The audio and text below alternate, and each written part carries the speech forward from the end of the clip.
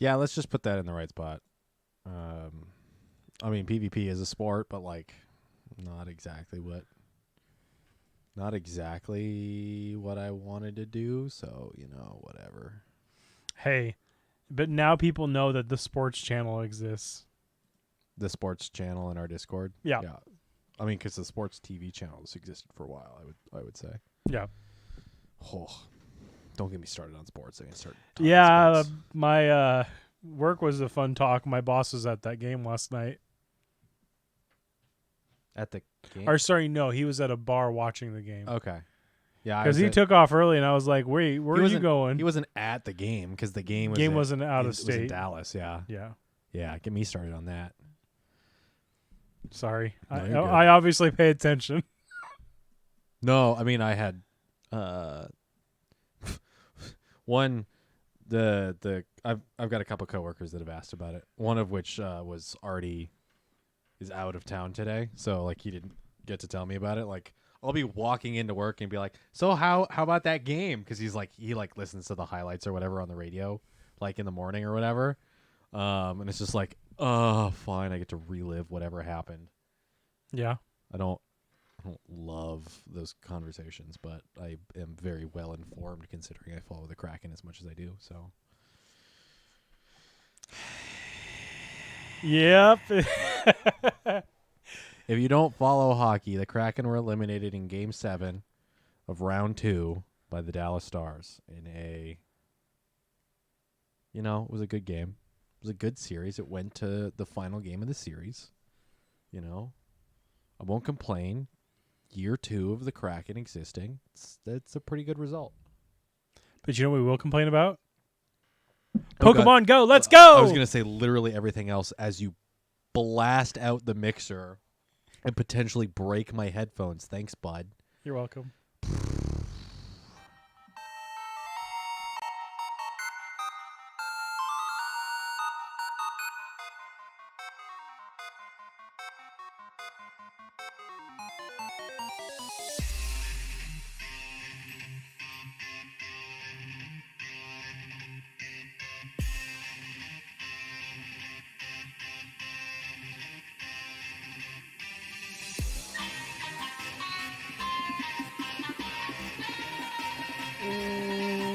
Welcome to the Battle Science Podcast, a Pokemon Go PvP podcast where we talk about Pokemon Go's PvP. I am one of your hosts, Steven, a.k.a. A Boy in the Woods, joined, as always, by Jesse, a.k.a. Rocket Admin J.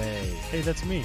It feels like it's been months since we had our last podcast, but I think that's just because of the sheer amount of Kraken stuff going on back and forth and driving around and everything, all of the news and everything. I swear, like the end of last week. Two big gut punches. Yeah, I get the news, and then, I'm, reading it at lunch break, and then, the rest of the day, It just kind of sinks in. It sinks in, but, everyone's like, I'm speechless, and I'm like, no, more accurately, you're in grief. We're all in grief. And we'll get there. Don't worry about it. But, yeah, it's one of those things, it's like, I don't know what to say. It's like, no, you're just grieving. Hi, Jamar.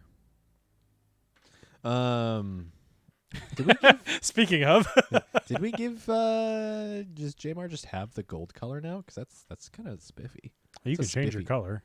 It's a spiffy gold username color there in the Twitch chat, Jamar. It's But the date is irrelevant. Who cares? I care. Who cares? It's May 16th, 2023. Last episode was on the 5th. It honestly feels like it's been weeks. A long time. A really long time. We've also just had a bunch going on in between then and now. And I wonder if it's like the light switch of change of seasons here in Western Washington. Of for sure. Rain, and it's 90. Summer. Yeah. You keep peaking. I'm gonna Turn me down. I'm turning you down. I have too much energy tonight. I guess so. You're actually talking into the microphone this time. Actually, that's you're away from the mic. That is kind of impressive. Then you're just projecting that much. Not like a bad projecting, but like voice projection. It's me, the announcer. You always default to that. What do you want? Do you want me to default? Maybe you need to get a new catchphrase. I broke him. We got him. Ladies and gentlemen, we got him. Prepare for trouble. You know what? Rocket Admin J, you honestly, I don't think you've really I've never really embraced the evil. You've never really embraced the Team Rocket. I have asked if you wanted me to get you a Team Rocket shirt. I hate t-shirts. I will have to find a way to get you a button down. I have a pin. Lapel. I know, but I will need to find a way to get the big R for Team Rocket on you. So, but speaking of letters of the alphabet, how about the big P? The triple P's. Please don't take that out of context, or do. Honestly, it's more fun that way. Remind me. I will actually just pull it up and send it to you, because how about the big P reminds me. Oh no. Is this NSFW? It's just a funny. It's just a funny haha bit. joke. Yeah, it's a funny bit. I'll have to find it. I'll have to dig through. The Patreon podcast producers is not something I'm going to have to dig through. Winston the Champ, Evo Stevo, Jamar, and Dan P, a.k.a. Sorov, thank you for going over to patreon.com/battlescience and backing us at the $5 tier or more to become Patreon podcast producers of this fine podcasts. You can go over to the Patreon and check out the Battle Science podcast posted a few days earlier. It also goes public for everyone at roughly the same time as it goes up on podcast services, as well as if you're backing us on Patreon, you get access to the Battle Science After Dark podcast, Patreon exclusive podcast. It's complicated.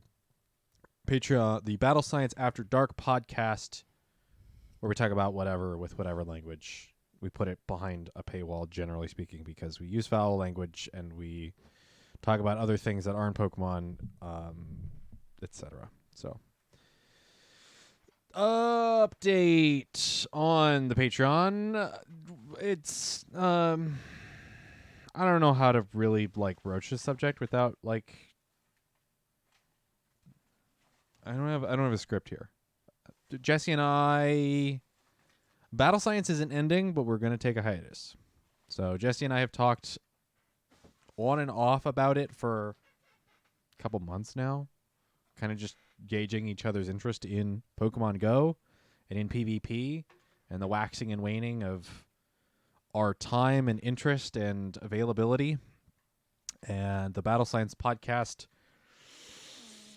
sometime in June, we'll be taking a unspecified break. So we're not going away. We're not disappearing off the face of the earth. This isn't a two-handed or double suicide. This isn't. I know that's dark. I went dark. I was gonna say I was hopping my car. How about we just say the mic's going off for a bit? I mean, yeah. So the Battle Science podcast, in its bi-monthly, I hate that phrase, bi-monthly. It's not every other month. It's every other week. It's twice a month. The twice a month format will pause for a while. I'm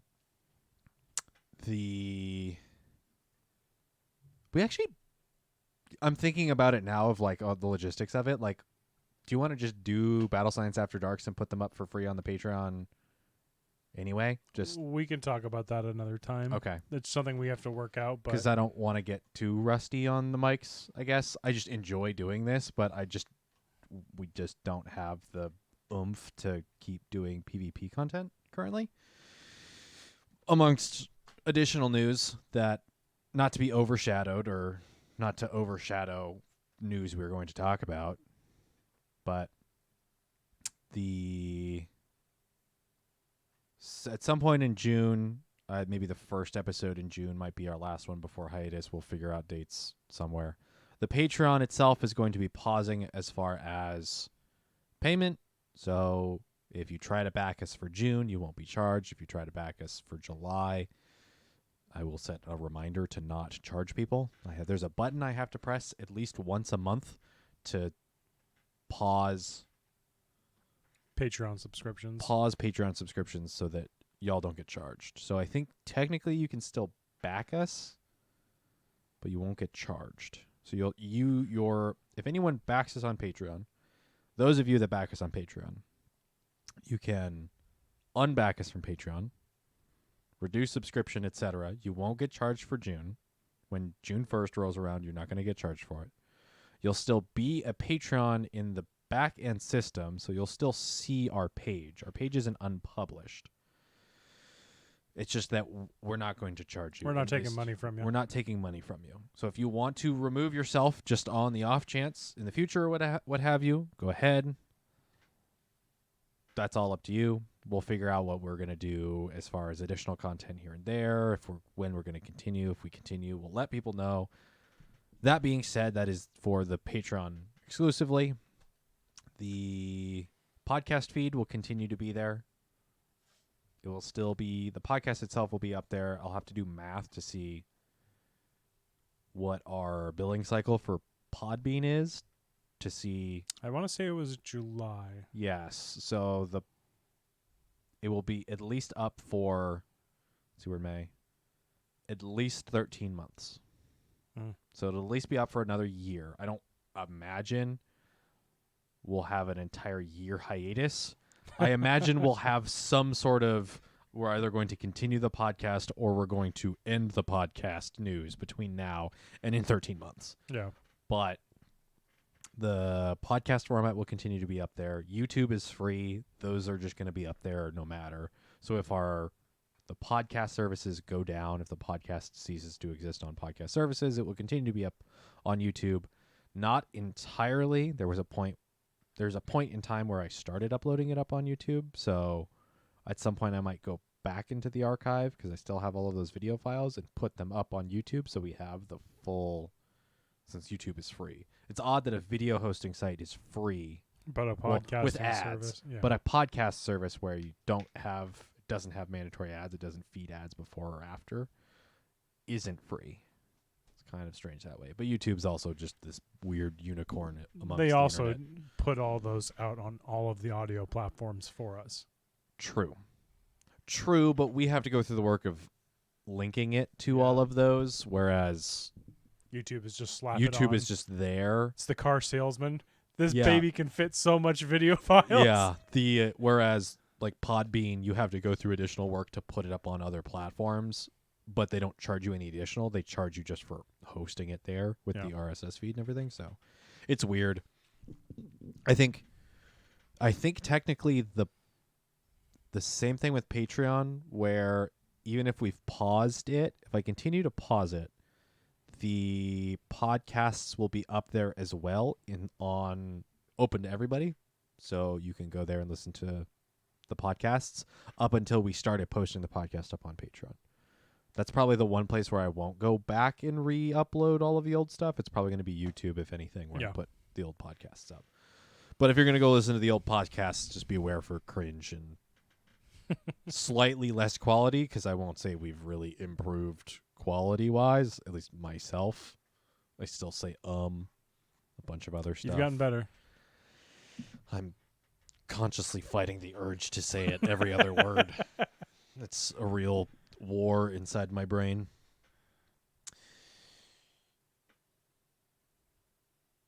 Yes, youtube.com/c/battlescience will continue to exist. The Discord will continue to exist. It's already really quiet, but it'll still be there. The Twitter will be there. Outside of sports ball and me complaining about things. But it's there. Yeah. Anyone's welcome to join. Scarlet and Violet raids, because those don't seem to have any sign of stopping. So they have over 1,000 Pokemon they can put into that pipeline. They won't. Like, seriously, give us a weekend break. What's wrong with you? I swear. Actually, but if you're listening to this recently, if you want the go-to Pokemon, if you haven't done a Chestnut raid, or what's it called? Not Chestnut. Is it Chestnut? Okay. Yes. The Chestnut raids, run an Applin. Run an Applin, Apple Acid, Grass Terra, not Applin, Appleton. Apple Acid is the GOAT. It starts stacking the defense debuffs, the special defense debuffs. You'll want it fully trained, etc. But it's great. You can solo it. It's also a great support, etc. So And it's a grass dragon? Yeah, which means it's getting hit for neutral at worst and not very effective at best. Yeah. Like, by everything. I think we managed to put some stuff together and got everybody that joined us, one of them. Yeah, we had a couple people in the Discord who were like, that. A couple people that had done it, a couple people that hadn't. And I've been meaning to go back and farm it for some more resources because I just haven't played a whole lot of raids recently. No, something else came out that was a little bit more distracting. Well, I mean, between that and then, and we'll definitely talk about May, since we haven't done a May Battle Science After Dark podcast, we will definitely talk about our feelings on Legend of Zelda Tears of the Kingdom. No spoilers? We can do a non-spoiler and spoiler sections. Okay. I think between now and if we record it next week, we'll have played an absolute Mac 10. So I need to get some more time in. I spent We'll all my have- weekend hiking in the mountains. we'll have this next weekend. I spent this weekend running around for cracking games, etc., and like sleeping. So, I feel you. Totk episode? Totk. The Totk episode. I can't do two hard consonants at once. I don't know why, but I default see TikTok when I look at that. Me too. It's terrible. It's as Legend of Zelda TikTok. What? I don't. I like the name, and I so far kind of understand the name, but also I don't like the abbreviation. Yeah. So, I think that's it. For introduction, yep. I think so. All that stuff's available. You can still go over to patreon.com/battlescience. It's got all of the link stuff. It's got the content. We'll do at least one more Battle Science After Dark podcast. We'll have at least 2 more Battle Science podcasts, I think. Math-ish? No, you are not, Jamar. You are pure. Yes, that is fantastic. I mean, I'm not even on TikTok, but I've heard enough about TikTok and seen the name often enough that for whatever reason I see TOTK and see TikTok. For me, it's I don't have the ad blocker for YouTube and I don't have the subscription. So TikTok ads are every other freaking video. Yeah, I love YouTube. YouTube Premium's great. It's so nice. No ads. It's great. Do it. Or don't, it's up to you. But let's hop into some light news before the heavy news. Where's my button? Giddy up now. This is the news roundup. Okay. And now I got to open my menu. May 2023, Community Day, Fennekin. I think in a announcement that surprised none of us, Fennekin is going to be the featured Pokemon for the Community Day on May 21st. That is Sunday, May 21st, 2023, from 2 p.m. to 5 p.m. local time. That's this weekend, by the way. As you're listening to this. Yes, that is Sunday. So hopefully you listen to the podcast either Friday or Saturday. If you happen to see the thumbnail for the YouTube video for a last episode. Yes. So the announcement, this post went up on May 1st. We recorded the podcast on May 2nd or May 3rd? May I think 2nd. May 2nd. And the podcast went up on May 5th. So we just kind of forgot that the announcement was made and didn't talk about it. So, oops. I realized that how long after you left did I send you a message? Like 2 hours. Was it 2 hours? Yeah. I feel like I sent you something like within 30 minutes of you leaving. I think I realized it within 30 minutes of you leaving. Okay. And then sent you a message afterwards, just like as I'm building I don't know if I've said it on the podcast before, but I've said it elsewhere. I love making the YouTube thumbnails. So if you want to just get a giggle, just go look at the Battle Science Podcast's YouTube thumbnails, and then some of the ones for like the Violet playthrough I did. I love making the YouTube thumbnails. It's just goofy and fun, and I can get kind of clickbaity and just the fun fact, I make them in Google Slides because I don't have Photoshop on this computer, and I'm like very fluent in Photoshop CS6, but that would mean me digging out an old laptop and booting it up, and it's exhaust tons of hot air. Like my laptop's going to use Scald on my lap like as I'm using Photoshop, or It'll use heat wave. yeah, exactly. Or I can just use Google Slides on either this computer, my tablet, my phone, and upload it from wherever because I have the handful of Hashtag required not sponsored. by Google Slides. Yeah, this podcast is brought to you by Google Slides. Of all of the Google Office suite, we're talking about Google Slides and how I make my PNGs via Google Slides. You know, there's somebody out there that's sympathizing with you right now. I mean, I just wanted a very quick and easy way to like throw text and Pokemon sprites together out of one image in a clickbaity way, and it works. PNG Pog? Is that what that is? Yeah. The Google Slides is incredibly robust for just the simple needs that I can spend 15, 20 minutes on it. No, I can see it. Yeah. No, it's the name. What is the name? Hover over it with your mouse. Okay. I'm scared. Oh. That's not Pog. No. The last episode of the Battle Science podcast's thumbnail featured Fennekin in the corner with a tear running down its face because I completely and totally forgot to talk about Fennekin. I believe you and I even talked about it ahead of time, and we just didn't put it in the doc. So we're talking about it here today. Fennekin Community Day. This Sunday, May 21st, from 2 p.m. to 5 p.m. local time. If you're here in Western Washington, it sounds like it's going to rain, which thankfully means not weather boosted, but also its PvP relevancy. We'll kind of briefly talk about that here. Fennekin, the fox Pokemon, will be featured during May Community Day. Fennekin will be appearing more frequently in the wild. The shiny is being released with this event. I believe it's got like a gray-silver shiny that's actually kind of cool. Yeah. It's gray, silver, red. Delphox will learn the charge attack blast burn, similar to every other fire type starter so far. As well as, while Braxian evolved into Delphox during the event, will learn blast burn. There's a lot of B's here. Starting at the beginning of the event, Delphox will be able to learn the charge attack Mystical Fire. Delphox will still be able to learn Mystical Fire after the conclusion of the event. So we all know the stats of Blast Burn being a pretty darn solid fire type charge move. In some cases, there are more ideal alternatives.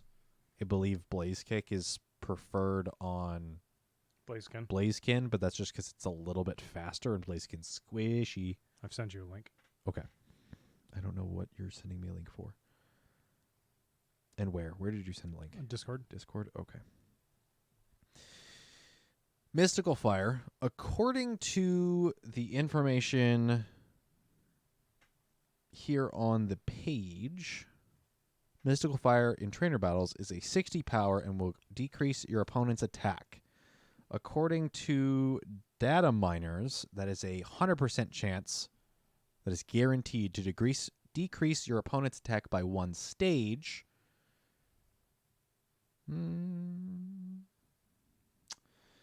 As well as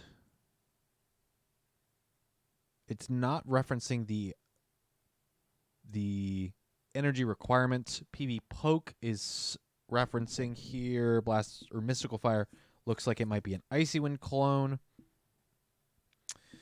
The play with that on Delphox doesn't really change Delphox's performance overall. I believe the other one, yes, JDY, I believe the other reference is that it is similar to Lunge. Is Lunge an Icy Wind clone? It's a little bit more powerful. Okay. A little more damaging? Yeah. Okay. But it's also a guaranteed. So is Icy Wind. Okay. That's nice. So Delphox being a fire psychic. Do you know what its fast moves are? Actually, I have the You have the PD link I poke. just sent it to I you. have the PD poke thing open. Why don't I just look at that? I So- believe it's Confusion and Fire Spin. It might have Amber. Delphox is the third one, right? Yep. Lol. Fire Spin, Scratch, and Zen Headbutt. Okay. It doesn't even have Confusion. Jinx. But yeah, that's bad. That's really bad. Yeah. Like it needs Incinerate and Confusion, and it would probably play. That'd be maybe really better. gross, though, because then it would be much like a Galvantula. with the Oh slow no, yeah. a fire type that would actually perform. Actually, not really, because then it's still slow. It's still slow, but like, Give it Psycho Cut. Go crazy. well, I don't know if it. All right, I'm gonna get into my bag. I'm gonna get in my Duffy here, and we're gonna go over to. Honestly, Cerebi. I just think its stat distribution makes it ineffective. We're going to Cerebi, and we're gonna go look up Delphox. How do you make a fire type good? Give it bulk. Literally anything but what you're doing now. I'm sorry. Litleo best fire type. Yeah, as well as it's a normal type. It's absolutely bonkers. I'm sorry. 5, 7, Gen 9 Dex. I don't know about that shiny form. That's Interesting. It goes to purple. It goes purple. This is... Which one is this one? What game is this? Gen 9? that'd be Sword and Shield, right? No. Gen 8 that's was Sword and Shield. Scarlet and Violet. So this is... So Delphox most is up-to-date. technically... Delphox is technically in... Plum Crazy Fox. That's a good one. So Delphox is technically in The data master file. mined in the master file for Scarlet and Violet. So technically this is the most up-to-date information. So Mystical Fire is a move that it learns on evolution. Let's see. So it can get Shadow Ball, which is great. It can get Ember, which is not great. Flame Charge, which I think it already is referenced as having. No, Fire Spin is what it already has. So Flame Charge is... A charge move. That's the one that... Buffs attack. Oh. Reverse Mystic Fire. Please? Please, for the love of goodness. Flamethrower, bad. Will-O-Wisp, not in the game yet. Psychic, not here. Oh, goodness. No, I lied. Look at that charge move pool. Fire Blast, Flamethrower, Flame Charge, Psychic, Mystic Fire, and Blast Burn. It has literally all of the, like, almost all of the fire type fast move or charge moves that are available in the game. And most of them are bad. So, you know, take your pick. It's all garbage. Does it get quick attack? No. No. No. So it learns the best it could get is not even. Does it get Snarl? I think it even gets tackle. Not via level up. No. Not here. So actually, I'm going to go to the previous generation because this might not have all of the information, all of the moves it can learn. Scratch, Tail Whip, Ember, Howl, Psybeam, Psyshock, which would be... Interesting, but again, it doesn't have good generation. No. Let's see. By TMs, it could learn Hidden Power. That doesn't help it. Name a Pokemon that's good and go with Hidden Power. I'll wait. Maybe. Don't say Luxray. That doesn't count. No, not even in that scenario where you wanted Luxray with ground type hidden power. Remember that meta? The Oh, yeah, I electric, do. the electric cup meta? That's what I'm referencing. Yeah, that's gross. No, it has what if I told you it has literally nothing? What if I told you this was a fire psychic version of Goldengo where it has literally no good options? Oh. It has all of the things that it could technically learn. It doesn't get Psycho Cut. It doesn't get Confusion. It doesn't get Incinerate. It doesn't get Incinerate. Huh. I don't understand how so that's it's- possible. What are its stat distros? I don't think its stat distros matter if it can't get good moves. That's insane. Yeah, so it's just shafted like Torterra. Yeah, that's really bad. Torterra and for alligator. Let's see. Ultra Sun, Ultra Moon, Move Tutor attacks. It can get low kick. That's a... Yeah. So Zen Headbutt is where it's getting. So it has Zen Headbutt in Go, but it has it as a Move Tutor move in Sun and Moon. Ultra Sun, Ultra Moon. Iron Tail's not a... That's weird, but okay. What a choice. Yeah. It's interesting. It's a setup. It has a lot of... In the main series games, it plays a really good support role. Really interesting support role. Base stat total for... Yeah, you need the Shadow version is probably going to be the only thing that's good for just fire type deeps. Base stat total for Delphox, you are looking at 75 HP, 69 attack. Nice. Not actually. 72, I mean, it gets your sentiment, but defense 72, special attack is 114. Obviously a special attacker. Special defense 100, speed 104. So it's a special attacker. And did you say how much? 134 for special? 114 for special attack. And that's its highest attribute, or is it speed? That's its highest. Speed is at 104. Special defense coming right after that at 100. Okay, so it's just not great overall. I mean, it's a starter. It's supposed to be just kind of versatile. Get you through the mid and early game. Yeah, and fire types, as I have been told. In the main series games, fire types aren't something you normally get very quick. So fire type starters are usually fairly solid just because you're getting... Well, it's either that or your flying type that you get at the beginning of the game. Right. That deals with all your early game grass and bugs. The only reason you run fire late game is to deal with pesky ice if you don't have a fighting in rock or an answer to end game grass and bugs. Yeah, it's... not good. It can't get any better, really. Because I think the other two starters that gen were Froakie and... Oh, my goodness. I'm going to break your brain here. What? So, I take this with a grain of salt because it's not actually out in Scarlet and Violet yet. But guess what move it learns via TM in Scarlet and Violet? Oh, my God. It actually can get so much better. Why? Charm. Gross. Mud slap. Gross. You mud slap or mud shot? Both. It can learn both. It can learn both in Scarlet and Violet. And I'm taking so again, take it with a grain of salt because it's not in the game yet. Boom burst. It's not in the game yet. But if this information is accurate, this thing could get gross. Could you imagine a fire psychic type with mud shot and blast burn? Does that even exist? No. Mud shot with a blast burn? No. It's insane. I could see it getting charm before they give it mud shot. It learns fire punch and thunder punch, Hmm. which is interesting as a special attacker in the main series. The charm would be the thing it needs because that deals with darks. It still gets yeeted by ghosts, but that you have all those fire moves to cover things like Trev. Do they give it confusion here? I don't. No, I don't see it. No. Interesting. It's an interesting Pokemon. It's a unique starter, but because I think the only currently other fire psychic type we have is Victini.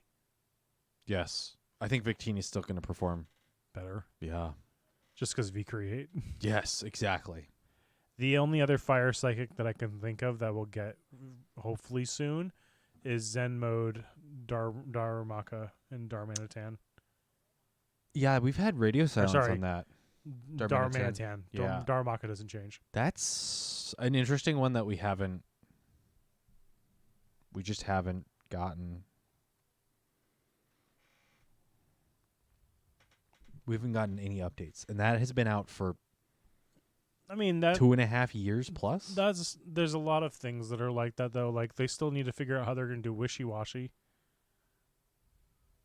I mean, unless it's already figured out and it's kind of in the backlog. But it's one of those things of like, so you release Darumaka and Daruminitan, but then you don't even touch or even reference the fact that it has a Zen mode. But we'll put out the Galarian. We'll put out the Galarian form too, and it's like, what? I imagine if anything, they'll treat it either like a Furfrou, where it's a form change. Mm-hmm. I believe it changes stats when it changes forms. That's the complicated thing. Then they just release it like Deoxys, separate ones. Put it in raids. Yeah, that's weird. It's just kind of gross. It's as long as they don't release it as a split evolution with a random chance. There's a reason I haven't evolved any of my Darumaka into Darmanitan. Or is it the other direction? Is it No, Darumaka? Darumaka to Tan. Yeah. I haven't evolved any Darumaka into Darmanitan just because I don't know if the Zen mode's going to be better and if what we're looking at stat product wise. I've think left them alone. The regular Darmanitan looks hilarious. It reminds me of All Might. It is humorous. Not enough blue. No. But yes. Fennekin Community Day. Fennekin Community Day. Let me go back over. There's the shiny. The shiny's pretty cool. The silver with the red. Mystic Fire doesn't really help it. Blast Burn doesn't really help it. It can't even get Confusion, which is a real bummer. I'm glad I went into my Duffy and went to look at the main series information. I do that a lot, and I love doing that. It's like speculation. But it also confirms sometimes the worst of it, that things like Golden Go and Delphox can just arguably never be relevant with the way that Go is formatted until they moves. give it something different. Unless they make a drastic change to the move pool. Have we had any starters that have had that happen for a Community Day where it came out was really bad and they made one adjustment and it became, Charizard. But that was a blanket update with Wing Attack. But that's, I think, a great example. Yeah. Was Swampert? Swampert's always been relevant. I think with the Shadow Venusaur got improved because I don't think there's a whole lot of relevance for regular Venusaur. I still see him around. And the Shadow Venusaur was just mostly so you could OHKO with a Frenzy Plan. Mm-hmm. And Dragon Claw on Sceptile really didn't move the needle. So yeah, I think that's pretty much it. I don't think there really has been a starter Pokemon that's gotten buffed after the fact to really make to make it more relevant. Yeah. Blastoise is due for one.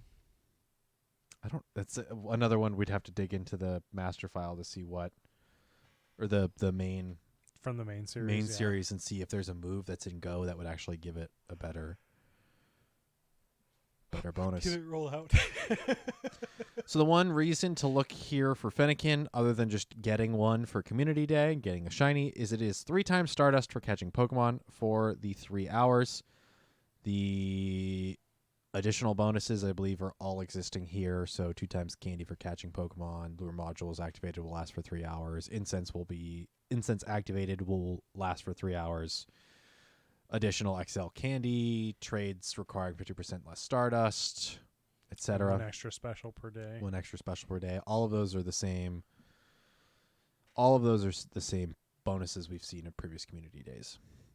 Raid battles afterwards. 4-star raid battles with Braxian. Interesting note, Braxian was of the 3 forms of Fennekin and Delphox, Braxian was the one they used in Pokken. That's, yes, I believe. What, did they use Braxian enough? Yeah. Interesting. Fennekin was a support. I really never checked out Pokken. Okay. I stayed away from it. But it was one of those unique ones, like, it was an actual fighter, and so was Krogunk. Oh, and not Toxic. Why not Toxicroak? I don't know. That's there was so just bizarre. some really weird picks. Were they like Yoda in Soul Calibur 4, where it was like Basically. a smaller hitbox? So anytime you were using a regular move, You any had to down crouch. move it would hit, but any regular move Horizontal. would just, yeah. I hated that. I thought that was so dumb. It was the dumbest thing. I mean, I played on Xbox with Yoda, but That's why I played Astroth. I hit everything. that's not a bad strategy, but it's still absolutely ridiculous when you can do that in a fighting game. May Community Day themed field research will be available. Catch Fennekin to earn rewards such as additional Fennekin encounters, Stardust, Ultra Balls, and more. Adorable Fennekin stickers. I swear, seriously, why the Pokemon Company doesn't sell sticker sheets with the stickers from different events. There's some people that'll print them off and sell them. Yep. I should find someone that is doing that for these because that's fantastic and they're adorable. Do you have a hookup? What's that? Do you have a hookup or do I need to search Etsy? I'd say Etsy. The ones I usually find are at some game store at the mall. Okay. Like the import stores. I guess I will have to go diving. All right. I'm just going to skip that bit. Who cares? What? Looking for other trainers to join. I was just going to skip it. If you're looking for other trainers in your area to trade, battle, or join raid battles with on Community Day, check out our Community Day map by searching for community parks. You can find areas in your city that are historically popular places for Community Day. These parks may be fun places to play with your local community while enjoying some fresh air. Asterisk, popular locations are provided for informational purposes only. Oh, interesting. Let me guess. For our area, is Quatrain Depot, downtown Bellevue Park, Marymore, Redmond Town Center. I'm actually hitting most of them. Holy crap. Yeah. Does it say Lake Sammamish is one? Lake Sammamish State Park. Veterans Park. I don't know anybody that plays at Lake Sam, but okay. Evans Creek Preserve. That's the Onyx Nest we went to. Onyx Nest. A long time ago. It's the dog park. That's Marymore? No. Is that where that is? I don't know. No. It's just Evans Creek Preserve. Evans Creek Evans Creek Preserve is up north of Sammamish. Why is it recommending Redmond Central Connector Park and not Marymore? Which is it not saying Marymore? No, it's not. Probably because they don't want people going there. What do you mean you don't want people going there? It's like the hugest park we have on the west side of the entire state. It's like the best place to go where if the weather's nice, everyone's out and half of the people were playing Pokemon Go. Obviously, they don't think so. But they do have the mall there. Yeah, they've got the mall there. Kirkland, Peter Kirk Memorial Park, Juanita Beach, which is a pretty solid place to play. Yeah. Can confirm. It's been a while since we've been to Green Lake for a community day, but that's suggested I figured here. we would do that for something like Axew. Okay. Yeah, I haven't been there in a while, etc. So, is that Seattle Never Center? been Yeah, Seattle to. Center. What about down south? I'm curious now. What are you looking for down Like south? past Olympia. What does it say? Tacoma, Olympia, Fort Borst Park, Where's that? just Centralia? above Centralia. Yeah. So you remember that park I told you where they had the Landfest at? Uh-huh. Those big trees along next to the freeway. And then the next one's at Longview, close to the border. Wow. Border between Washington So there's a and couple places where they go, hey, we've seen people traffic here. I guess so. Yeah, that's... I mean, Lake Sam kind of surprises me because I know a good portion of the Squaw community, and I don't ever hear people go, let's go to Lake Sammamish for Community Day. I think that's more, we took our kids and we played the game while they were swimming. Which, by the way, I don't know if you should swim in that lake. The water's not the cleanest. I mean, is the water clean anywhere? Rattlesnake's pretty good. That's cold, by the way. I mean, sure, it's still Of spring. this last weekend, it's Yeah. cold. Yeah, dude, just because it's hitting 80s outside doesn't mean that the water's any warmer currently. No, it was about 35. Yeah, that doesn't... Again, it's still spring. It's not summer until, like... June. Yeah. Like June 5th or something. Well, I'm saying this from personal experience. I went and put my feet in.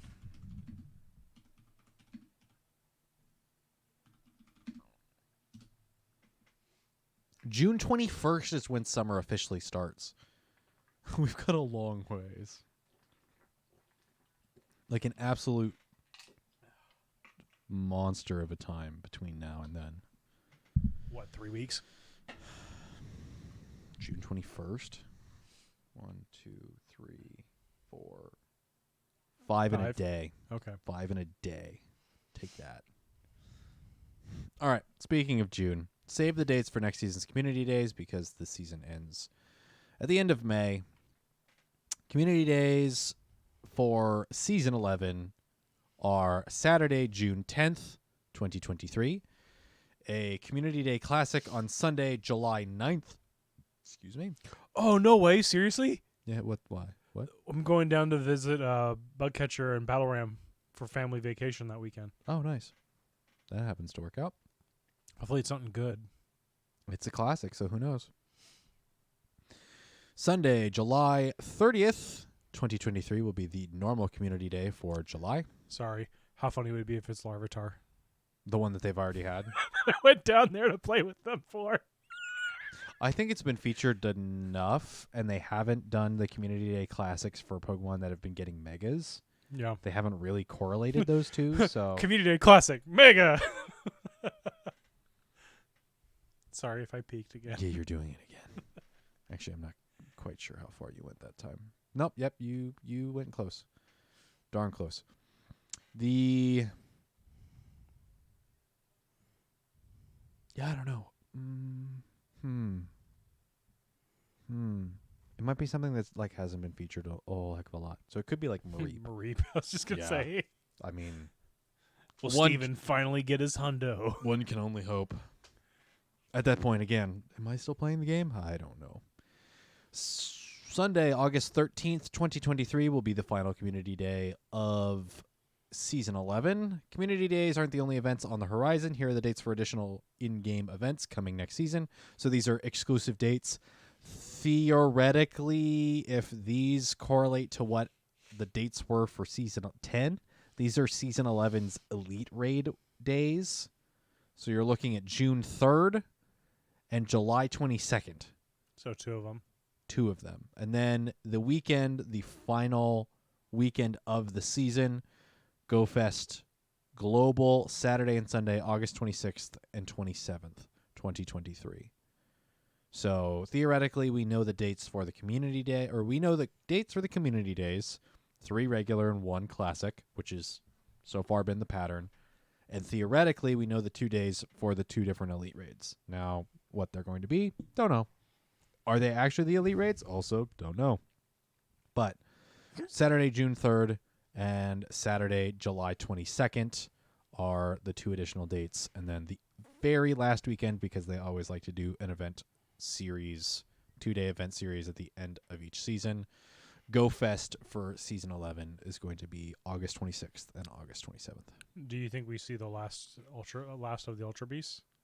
I have no idea. Okay. I have no idea what we see. Oh, for the elite raids? Yeah. I don't think they're that good to put there. In Elite Raids? I don't think so. Because they wouldn't. We could get absolutely wild and get the 2 Calyrex forms. I feel like that's From an Galar? event. Base Calyrex, maybe? If they they put do, If they put and Calyrex then the for... rider as the Go Fest legendary. That's true. They could do the 2 horses. What other legendaries from Galar have we not gotten? Because it really depends on what they do for Go Fest. Because those are going to be elite raids that are going to be in the theme of Go Fest. Well, if it's Diancie. Diancie's X and Y. We could get like Zygarde or something. Although Zygarde's like story-wise is not integrated into X and Y, but they could theoretically, the Pokemon Company could theoretically write something that is a better story because they've done that with previous Go Fest. Would they make that an Lore elite stuff? raid, though?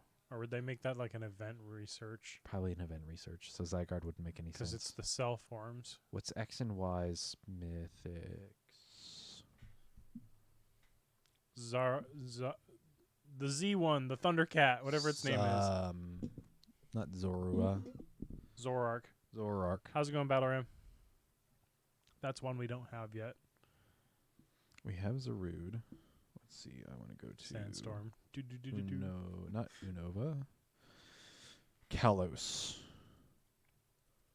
Let's see. I'm just straight up missing one.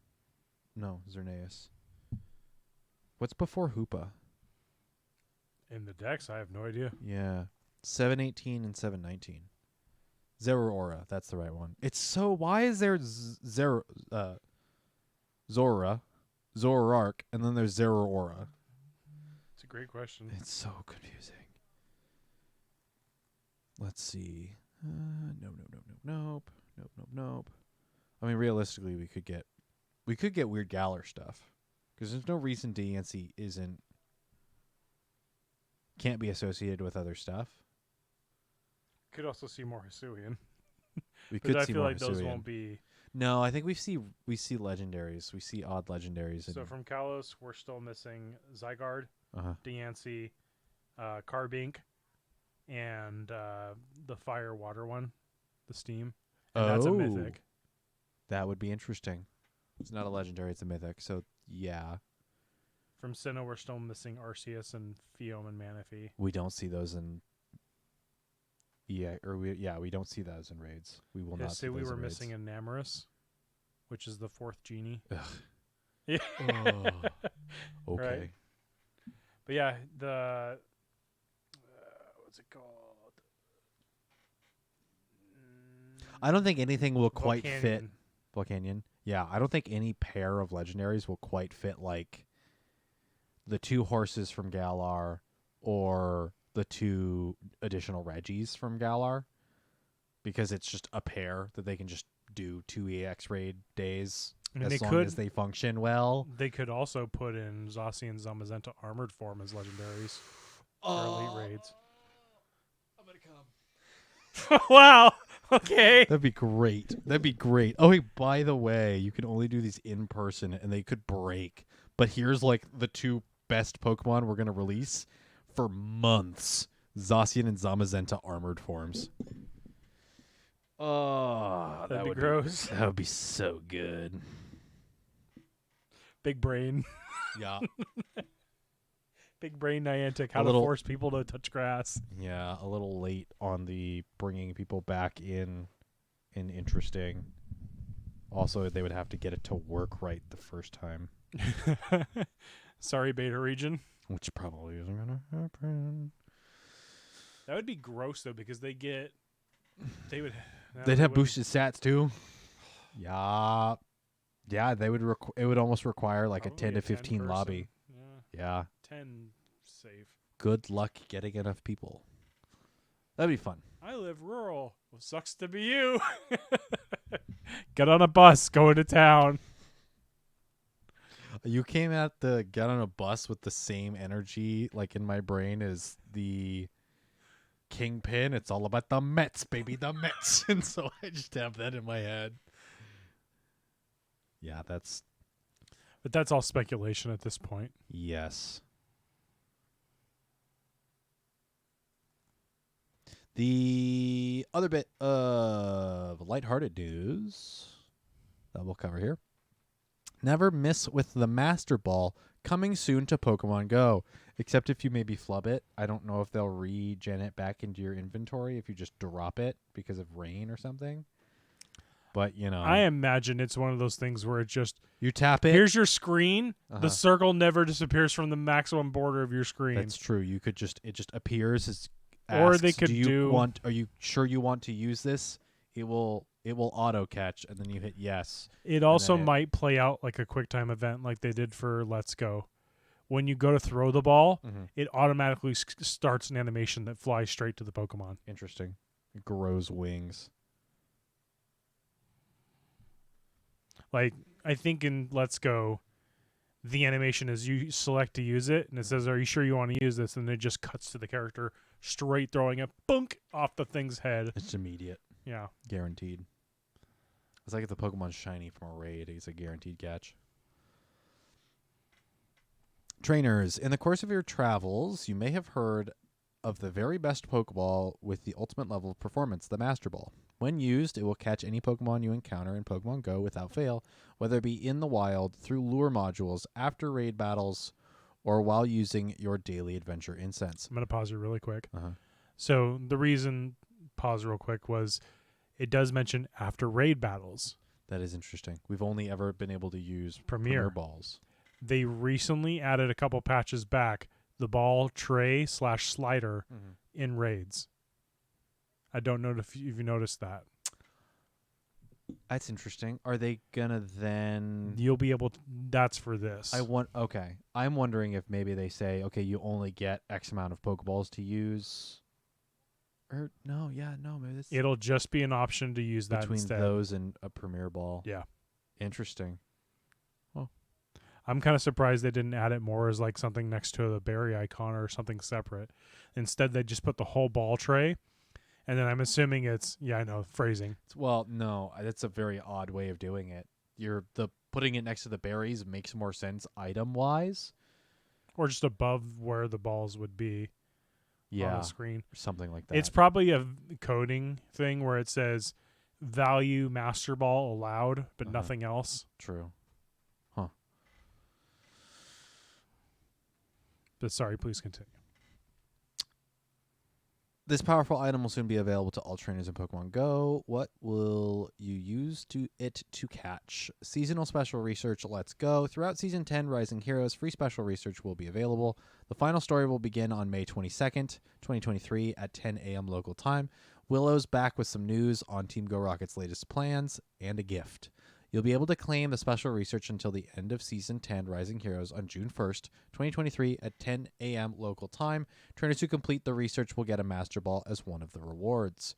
Receiving a rare and powerful Master Ball is a special occasion. Think wisely about how you'll use it, and keep a lookout for future opportunities in Pokemon Go to acquire more.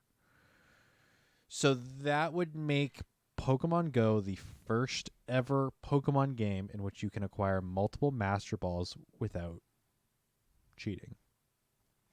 I mean, you could put it on a Pokemon from another game and send it over. Sorry, per account. Okay. Yeah, per instance, this is the first time you can get more than one Pokeball or more than one Master Ball. It might also be one of those things where you like the Super Rocket Radars where, and I know someone will comment on this, where you can have more than one at once, but normally you're not supposed to have more than one at once. Yeah. I mean, that's a possibility. It's an interesting concept of you can't acquire more until after you use the one you have. It's a very odd FOMO-esque instance that really doesn't, I don't think, makes a whole lot of sense. Also, the amount of times where, like, logically, it would make sense to use a Master Ball. Like, I don't think it really exists unless they release shiny Galarian birds. I think on daily incense. That's the one thing people have been commenting about is, I'm going to use this on Galarian birds. Well, hold on, before you do, those will eventually be put in raids. Let's not kid ourselves. Well, potentially not. Potentially. There is a chance that they don't. The only asterisk there is you have one Master Ball, and you will have multiple encounters with the different Galarian birds, and if you're looking for the right stat spread, does it really make sense to use interesting a point Master Ball? And note on that, because of the way they spawn, there's no way to know if it's a hundo until after you catch it. Yeah. Even the tools say a range. Oh, because they're all going to be the super dark red. Random. Super dark red circle, so it can't scan the color for catch difficulty. And the CP is all over the place, so who knows? Yeah, so you're really shooting the wild card using it on those. I don't think it makes sense to really do it unless you really want it and you don't have anything else you want to use it for. Another interesting note is they recently hid the catch rate values in the master file. What does that mean? That they can now go forward changing the catch rates on anything and not tell us. Oh, they put it behind a so zipped file or something. There's the also the data miners can't see what the catch rates are. Well, going forward, they won't be able to see anything. There's another note on that, but the fear and rumor being spread around is that means shiny legendaries will not be 100% catch rate anymore, because now you'll have something that guarantees it. Yeah, I mean that's a really negative stipulation. That's a really odd thing to do when your chance of it wouldn't surprise me, but it would be a very unfortunate situation. But that also means that they can fudge the numbers of the actual catch rates of regular raids. Can somebody explain to me why Pikachus are so difficult to catch? I'm never going to get a hundo because of how I'm just trying to catch a Pikachu. Why does it keep breaking out and running after the second or third ball, or even the first? They're akinning it to the anime where, in Ash's case, it doesn't like being I in a don't Pokeball. care about Ash's case. I'm trying to get a hundo Pikachu because it's the signature Pokemon. It's their Mickey Mouse. Exactly. It's the Mickey Mouse. I'm just trying to get a hundo Mickey Mouse. Do you know how difficult that is when it breaks out of the first ball and runs immediately, even though it's 300 CP? Tell you what, I'll start saving them for you so I can trade it. No, I want to catch it. I want to catch them. I want to engage in the core mechanic of the video game, which is catching Pokemon. But it keeps default failing. I don't understand it. So, you know what the kids would say, right? What, get good? Sounds like a skill issue. I need... Get some of that copium.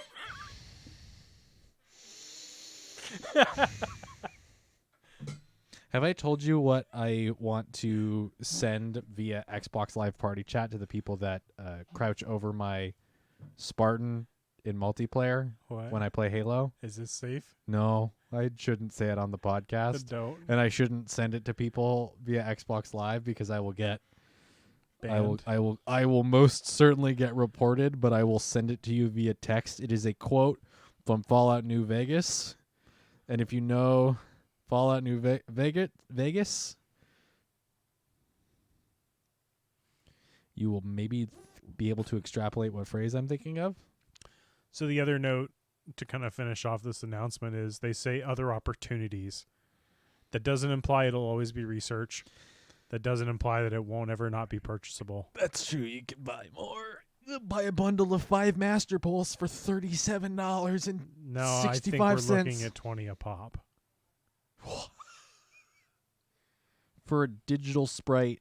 For a digital catch guarantee. That's, I mean, I mean, we're just realistically, assuming here that yeah. it could be $20, but this is what I want to send to people, and also when you tell me to get good, also kind of what I want to tell you, but I'm also not that terrible, not that salty. They it's not good.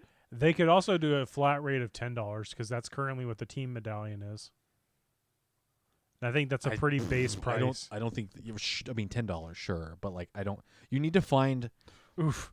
Did you read the quote? Yeah. Yeah, it's not good. You need, if there's someone there in Niantic working on Pokemon Go that does item economy, and I don't know if there is, you have to. I got it. You have to look at the Master Ball and look at what you charge for everything else and figure out what is the price that is acceptable for more people so that we can make more money for it. Now, realistically, we've seen the shop prices increase to the point where people are like, that doesn't make sense anymore. So I really don't think there's anyone looking at the shop prices and figuring out what the balance is between getting more people to pay more money and getting more people to be willing to spend the money and also making the most money from it. Yeah. So a $20 price point for a Master Ball in the shop probably isn't out of the question just because no one there is spending, a day or two or an afternoon thinking of, does this actually make sense? Recently, I don't know. Yeah. I don't know. Yeah. So, yeah, the Master Ball is coming to Pokemon Go. It's kind of something that we've been asking for a while. Yeah, 6 years later. Additional Pokeballs beyond, because the Premier Ball came out with raids, and we haven't seen anything else. Nope. It didn't come out initially. The most recent one was the Ultra Beast, the Beast Ball. The Beast Ball, yeah. The Beast Ball came out, and that was within the last year or so. JDY, go for it. He's got a question. But, personal opinion, if you're going to use this on something, make it something that you... If it's a Hundo raid boss, like Rayquaza, or Armored or Mewtwo when it comes back with its Mega, it's got the M on it. It's Mewtwo's colors. Yeah. It's the Mewtwo Ball. Any Gen 1ers will tell you it's a Mewtwo ball. Yeah, it's a interesting. It's just like all of my elite TMs. It's just gonna sit in my inventory and collect dust. And you Collect could also be that haha funny person, catch the CP10 Pidgey, yeah, just use it. It's gonna take up a space in your inventory. and then you'll have it in your box, and you'll be like, hey, look at this funny joke. Yep. Not being able to buy an elite TM on communities anymore. No, I think we all did. JDY, you are. Did they put anything in? Did they remove those? Because I know they removed. Okay, so we're gonna double back onto a bit of information that I don't know if we talked about last episode. But this last weekend was a Go Battle Day weekend. Or Go Battle 3 hours. You had to pay 99 cents for the additional Stardust. And oh hey, by the way, the research didn't give you an elite TM. Not only that, you had to actually win, or not win, you had to do 100 battles. Fun and Flames, that's not... Fur and Flames is the name of the dollar research. Fur and Flames, okay. They didn't announce the box, though, because usually they'll announce the community box. Community box. I don't see it here. Also, the Go Battle Day... Go Battle League themed research pass where you get the Stardust for wins is bugged because it still shows up in my shop and I've claimed it like 5 times this season. So congratulations. I think it's if you complete it, you can pick up another one. I don't know if are they doing the box anymore? I don't know if they're doing the box anymore. They may not be posting it on here on the graphic, which is pretty simple for them to copy and paste from previous. No, I mean, it's been in previous Community Day informations. I wonder if they're just not doing that box anymore. It's possible. Maybe it wasn't selling. That surprise surprised me, yeah. So you're not getting elite TMs. So you can't buy them. You can get them now is through GBL. Sorry, let me just roll my eyes through my skull. I didn't need my eyes before, and I won't need them later. Unless they start putting them behind paid research. Is there one associated with the paid Professor Willow research? I don't know. I didn't do it. No, it's a Meltan, or it's a Melmetal with the exclusive move and the Professor outfit, right? Yeah, Professor outfit. So it's just cosmetics and a move that should come out next season. But that's an interesting point. I think once we get closer to the weekend, if they don't... Sometimes they also just shadow drop boxes. It's Community Day. Here's the box. Yeah, so I'll have to try and remember to look at it on Sunday. That is very interesting that they might only put... Because they removed it from the Go Battle Day. Was there a previous Go Battle Day this season that gave one? Not that I remember. If it was like Vulpix or something. Uh-huh. That's right. It was Vulpix and you got Stardust, and I don't think you got an Elite TM. I think you got a Standard TM. Okay. No. I think you did get... No, I think you did get one. Seasons... I'm going to start digging. We're going to go out of our way for this. Highlights. Elite Raids, I don't care. Community Days, I don't care. Cleveland Raid Day, I don't care. Theme stickers, I honestly do not care. Events. Do you have literally anything? It should be a slider, isn't it?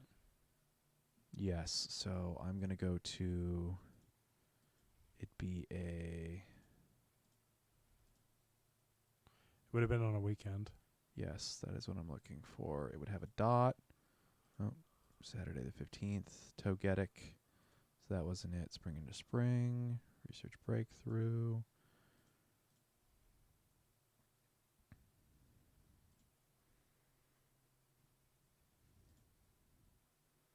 Everyday Hero. Nope. Go Battle Day Palmer. That might have been the one. That would have been March 25th, so we'll go to the... God, this website's just not super great. News. When did I say it was? March 25th? March 25th, January, February, March. Togetic, spring into spring. It would have been before that, wouldn't it? Maybe. Event bonuses, eggs, field research.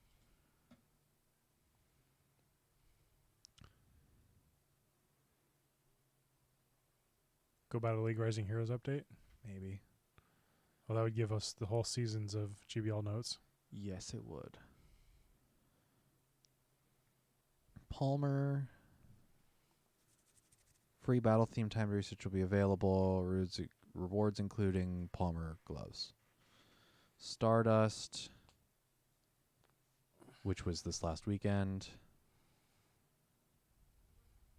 Rewards. That's your normal season end rewards. Yup. No? Move update. So yeah, maybe not.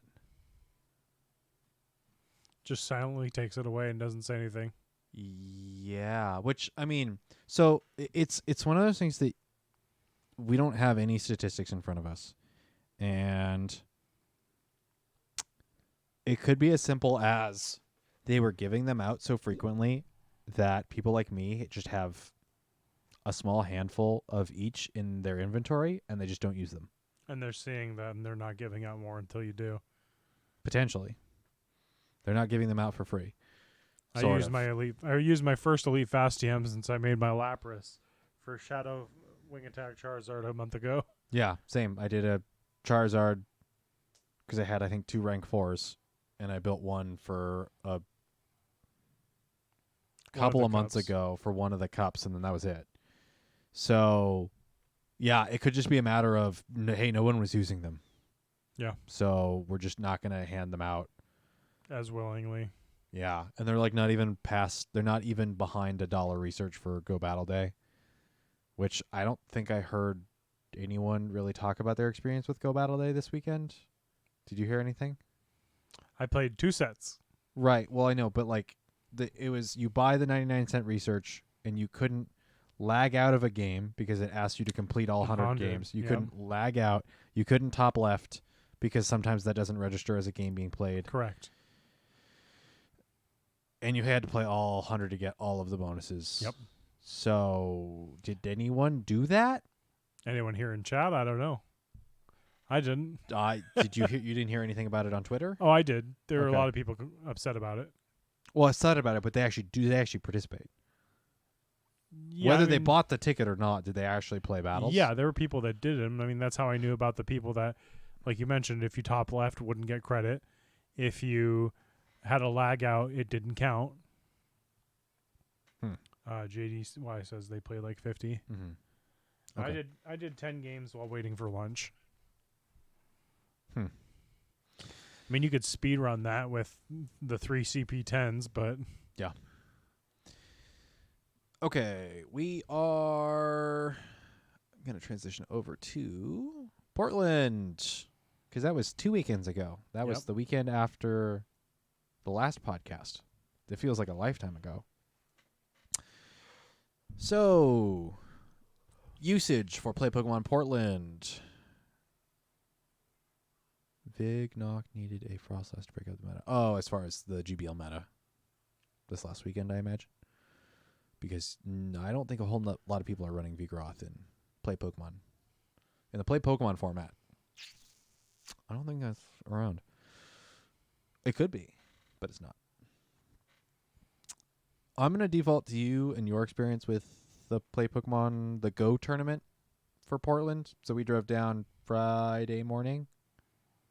Got down there, got our badges with not a ton of time left. I think like a half hour. Yeah, there wasn't a whole heck of a lot of time left, but it worked out. We were able to get our wristbands, hang out. Got a sick playmat. You got a sick playmat, yeah. Which one did you get? Giratina. Oh, okay. Because there was Giratina. There was one of the Reggies. No, it Okay. was box art legendary from Scarlet. Oh, Koraidon? Yeah. Okay. Koraidon, Giratina. Was there another option or no? No. Okay. The Go tournament started mid-morning Saturday. Yep. sounded like a handful of the other events had already started. It sounded Yeah, like when we walked in the doors at like 8:30, the card game had just started. Yeah, TCG started at 8:30 on Saturday. Do you want to talk about Go now, or do you want to hold off on Go? Why don't you go ahead and talk about your perspective from as a spectator? I need to use the bathroom really quick. Okay, go do that. Because I can spend all day talking about the event itself, because the event sounded like it was not well run. Yeah, so VGC started at 9. Go started at 9:30, 9:30-ish, which is fine because Go is lightning quick, and I can kind of talk about my feelings on Go's format as well. Did I have a good time? Actually, that's a great question, a great way to start, JDY. Yes, I did enjoy myself. The spectator is a really interesting way of experiencing one of the Play Pokemon regionals, because it's literally 2 whole days of nothing but Pokemon, and you can they don't do a super fantastic job at facilitating spectators for the regionals. They just don't have the space for it. They have, I think they said they had like 1,000 plus in the Masters division, so the older age group for like TCG, like an astronomical amount of competitors that they just don't have the space to. They didn't have the space to really allow spectators for the first, I would say the first chunk of Saturday. They just don't have like a spectator lounge or anything. They have chairs set up in front of each of the streams, but like they don't have, they have some tables off to the side, but it's not super fantastic. I'd actually be very, it might be something I stick a little bit of my design brain on, as far as like how they could format that better for spectators, because there is a point in which a spectator could potentially outspend there at the venue with the event organizers. There is a chance that the spectator can outspend versus a competitor, even though the competitor tickets are like $70. Just in like side events, etc., you can spend an astronomical amount. But the spectator itself is kind of just hanging out for like the first chunk of Saturday, because there really isn't a whole lot of available seating. And they don't change that for Sunday either. I wish they did. I wish they allowed for, they like changed up and gave more seating in front of the stream sections. Yeah, so I believe it was Mel had even mentioned the setup. They had like 100 feet behind the curtains, and well, I mean, it's all tech setup, which like I can understand. Does need room yeah, for all traffic of and all that. All of the stream, it's all of the stuff behind is the casters, green room, all of the stream tech for 3 different streams, as well as break room, quote unquote room, because it's behind curtains, it's not everything, right? But like break area for like the event coordinators, so event staff, so Team Northwest staff, all of the volunteers, all of the, like, if they really wanted to be smart about it, and I don't know how they do their layouts and setup, but either having TVs or projectors out in the hall showing the stream, or putting it somewhere more accessible. I'd love to have a spectator lounge. Yeah. And that's something that like I'm like just turning my design brain on, as far as like event layout and stuff. Because you were there for KomoriCon. I've been in that convention center for KomoriCon and a couple of other like convention space things.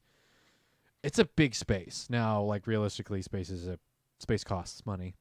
True. So there's like a whole lot of things, but it's like event setup in that venue of, okay, maybe there's ways of like modifying this so that there's just a better experience overall, and maybe like the first couple of hours are just a bad experience because it's so packed and you have a ton of competitors and everything.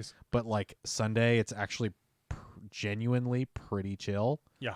except for the people that are in like top 8s of each Yeah, of they're a the little stressed. competition. Yeah. But like overall, it's a pretty reasonable, experience. But so I paid $5 for Entry. spectator, whereas Jesse paid $70. Yeah. And then Battle Ram was saying only $29 for VGC juniors and $19 for seniors. Or let's see. Yeah, cost wise, it's not. It can get up there for like masters. I don't know why Go was that much. You might think Battle Ram, but that's also a public space for multiple conventions. It's more because just they had a lounge. They would need like a side room or a side section where like the booths are, the merch booths and stuff would be. Yeah. They would need like another side spot to allow for people to And like. they could have put the merch booths on the lobby. Again, that lobby, that area is Traffic for traffic other for things. other convention. They True. don't technically have access to that as Fair. far as event setup. Yeah. So it's a little complicated. But the organization, like you were mentioning, kind of felt like it fell flat. I don't know if that was a miscommunication from the Play Pokemon staff or from the Team Northwest kind of setup. What was it? I think they said VGC didn't get out of there. Or sorry, the TCG didn't get out until Saturday at like 10:30. Yeah, so TCG started at 8:30, went until 10:30, and then had to be back in Sunday morning at 7:30 when doors opened, or else they faced a game loss, and if they waited any longer, a match loss. Yeah. Which is insane. And when we were sitting down doing, which I'm pretty sure you'll mention here in a moment, the draft we sat down and participated in, one of the people sitting across from me was a competitor. They said on round 6, there was a 2-hour delay between rounds. Yeah, there was some not great time management going on. No, you don't, JDY, you don't have to stick around. You can always listen to it later. No, sorry. For the tournaments and stuff, if you want to, you can always go up to the judges. I mean, you can just ghost the tournament, but you can always go up to the judges and say, "Hey, I've lost enough. I'm backing out for the remainder of the tournament," and they just won't match you up with anybody. They just remove you from the tournament. It's not unheard of. The interesting thing is that the first day, and this is a really odd, I don't quite understand.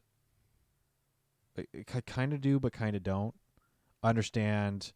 And there's some scuttlebutt as far as TCG-wise, if it makes sense for them to continue to do best of 3 Swiss round because of timing.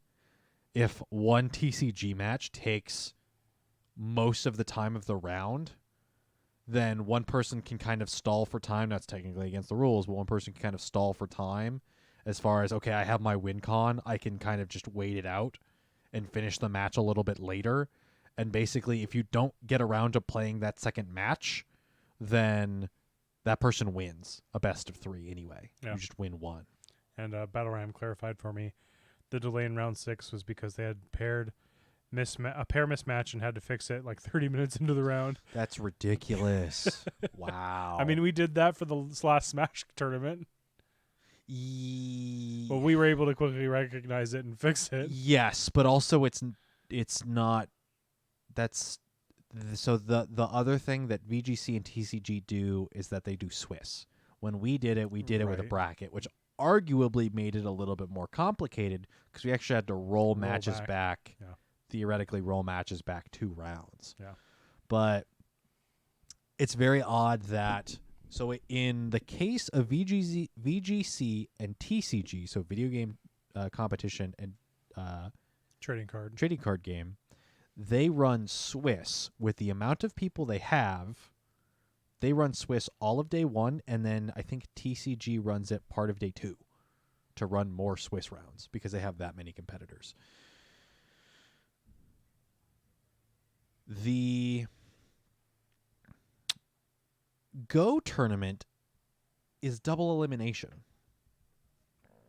which kind of confuses me with the amount of time they have and how fast the little amount of competitors, the small amount of the small amount of competitors they have, actually I know exactly why they have to do a double elimination. But realistically, in the long haul, logistics wise, the small amount of competitors they have, the speed at which Pokemon Go can be played, Yeah. and the just kind of not super, like, double elimination has been around for years, and it's a staple in VGC, or in the FGC, the fighting game community. It is a staple. I don't think the fighting game community really does Swiss, except for like first couple rounds of any like big event. I don't think they ever do anything Swiss beyond that. The why Go isn't Swiss at this point kind of confuses me if all of the rest of the formats are Swiss. The one reason I can think of that like sticks out as a really big alarm bell is that they just don't have the devices for it. Because you're running on Play Pokemon's formats, you have to play on those phones. And that's one thing I was going to mention about between this and Vancouver. It feels really weird to have to log in on a different device every time and log out. And granted, I've never used an iPhone, but it did performance-wise, it didn't seem to affect me this weekend, or that weekend. But I did hear other people have one iPhone was better than the other. One, like 3 seats down, didn't perform as well as one that did 3 seats over. That's ridiculous. That shouldn't I mean, realistically, they should all be running the same software, the same. Yeah, that shouldn't happen. Unless it's a networking issue. Potentially, because they can't be directly connected into a network. No, not like Switches. Were. Yeah, but I can see. I can understand that they have to do double elimination. I would like to see them go to Swiss at some point. Yeah. Because if all of the rest of the competitive scene is going to be that way. Now, again, arguably, Pokemon Go PvP and Play Pokemon Pokemon Go in the Play Pokemon circuit might not happen next season. We'll see. Yeah, and JDY makes a good mention. Didn't those live Silph Mega tournaments have no problems? Yes and no. I mean, megas? Yeah, for like when we did Portland, Battle of the Road, or Vancouver, some phones perform better than others, and even the Go Stadium tournament that we did at Tabletop, every phone comes with its own complications, especially if you're somewhere you're not normally from. It's a lot more hit and miss where the consistency in their devices is pretty standard. The reason Play Pokemon uses their own phones is just to remove the additional question marks. Now, realistically, like that's one of those things of like, okay, if one phone is not behaving the same way as all of the rest of them, you know what to do to fix it. You should have one or two. You should know how to fix it. One and two. You should have at least one or two backups. Yeah. Where you can swap it out, and okay, it's gonna, something happened with the phone itself. It's not. This person has a non-compatible phone for or what have you. Yeah, you need to, if Pokemon Go is going to continue and Play Pokemon, like they need to have a backup device for that, so that they remove any and all speculation of that, because again, they're trying to be competitive. You have hundreds, if not thousands of dollars of travel vouchers on the line to make it to Worlds. Yeah. So at that point in stage, it needs to run on the same level. Mm-hmm. And then that's the other kind of reason why I think at some point they need to transition over to Swiss, because I think they can. And I think that comes down to more, I don't want to say crowd management, but it is. Yeah. Build it and they will come. But yes. Because, I mean, that was the one thing, is the people that were also the judges were also the ones pairing. They're like, here's your numbers, here's your table, find it. Fight this person, but then also at the same time, that's what the board is for, right? That's what the board and the bracket is on. Had enough brain cells to figure out their table, right? But I'm guilty. So I didn't. The board is there. The brackets are online on challenge. There should be no reason you can't find your opponent. You can't find your opponent and do that stuff yourself. Like right. unless you absolutely desperately need help, the judges shouldn't have to help you. Right, but I'm run saying that. if they have the judges of that weekend were wearing multiple hats. Oh, I mean, they always do. Yeah. They always do. But it's one of those things of like so in the grand scheme of things, like then find more judges or further incentivize Or being a volunteers. judge. Yeah. To then facilitate Swiss format. I think just in the future, I think moving to Swiss format makes sense.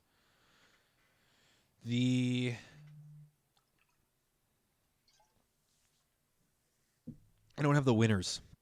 I believe it's AXN won. Rubik's got second. Rubik's got second. AXN had already qualified for Japan for World, so AXN got the bid. AXN is a local Western Washington player, so congratulations to them. Are they? I believe so. Rubik's? You said AXN. Sorry. Rubik's AXN is local. Rubik's is local. AXN, I am not entirely I sure. believe they're where Europe. Which is wild. That's an insane distance to travel. Either Why Europe would or you come Canada. to Portland? I forget. I don't remember. To get their ticket, obviously. I guess, well, I mean, but they already had. So it's one of those things of like, why are you back here? But whatever. But it was AXN and Gottessenhoff as well. Two returning people that were already going to Japan. Yes. Enhoff was... Top 8. Yes, Enhoff was top 8. I don't remember who third was. It was another familiar name. Was it Shady Equation? That sounds right. So, again, congratulations to Rubik's Master. Yeah. As a Western Washington rep, that's as a very local. exciting. Yeah, as a local, that's very exciting. I believe that will do it for Pacific Northwest tournaments. The next Play Pokemon Regional that is within our quote-unquote area is not San Diego. What was it called? Not Peoria. There's a Californian one. I don't know. That's definitely out of our way, but is still here on the West Coast. We also do in the next have, couple months. if you want to, there are any Pacific Northwesterners out. Tonight was Uncle and Redmond's Uncle's Game Store hosted a local meetup for Play Pokemon. Unfortunately, we're doing the podcast, so weren't able to do that one. There is one tomorrow up in Bothell. And then Tabletop is looking to do one at the end of this month for Go as well. Mm-hmm. So, as always, hop on Twitter, reach out to @Twastel. They seem to be trying to help bring people together for that. You can also check out the Play Pokemon's website for local events. If Go's not your thing, there's also TCG and the VGC meetups. Mm-hmm. But yeah, Portland was a unique experience. On the car ride down, I think I flip-flopped on my team 5 or 6 times. I had to get into you a little bit about your flip-floppiness. And I honestly think that you're one of your biggest... says Irvine. I don't think it's Irvine. Okay. That name's not right. The go check the Play Pokemon schedule. They'll have the regionals there. It'll be Fresno? definitely be. That sounds right. One of the commentators called him T-Twastel. T-Wastel. T-Wastel. T-Wastel. I have no idea. I don't know anymore. I just assume that I'm always pronouncing people's names wrong. So, and I will apologize profusely if, they call me out on it. Your biggest problem is wanting to be as flip-floppy as you are and not doing just the insane amount of practice that I think you need to know your matchups, like I know in and my out. matchups. You don't have the experience of playing the matchups. I don't think you play those matchups off enough. You need to practice them more. You think it's enough? It's not enough. Obviously. The people that are going are putting in insane time with their teams. Yet every match I played this weekend, I went 1-2, or that weekend. I never got 0-3'd. Right.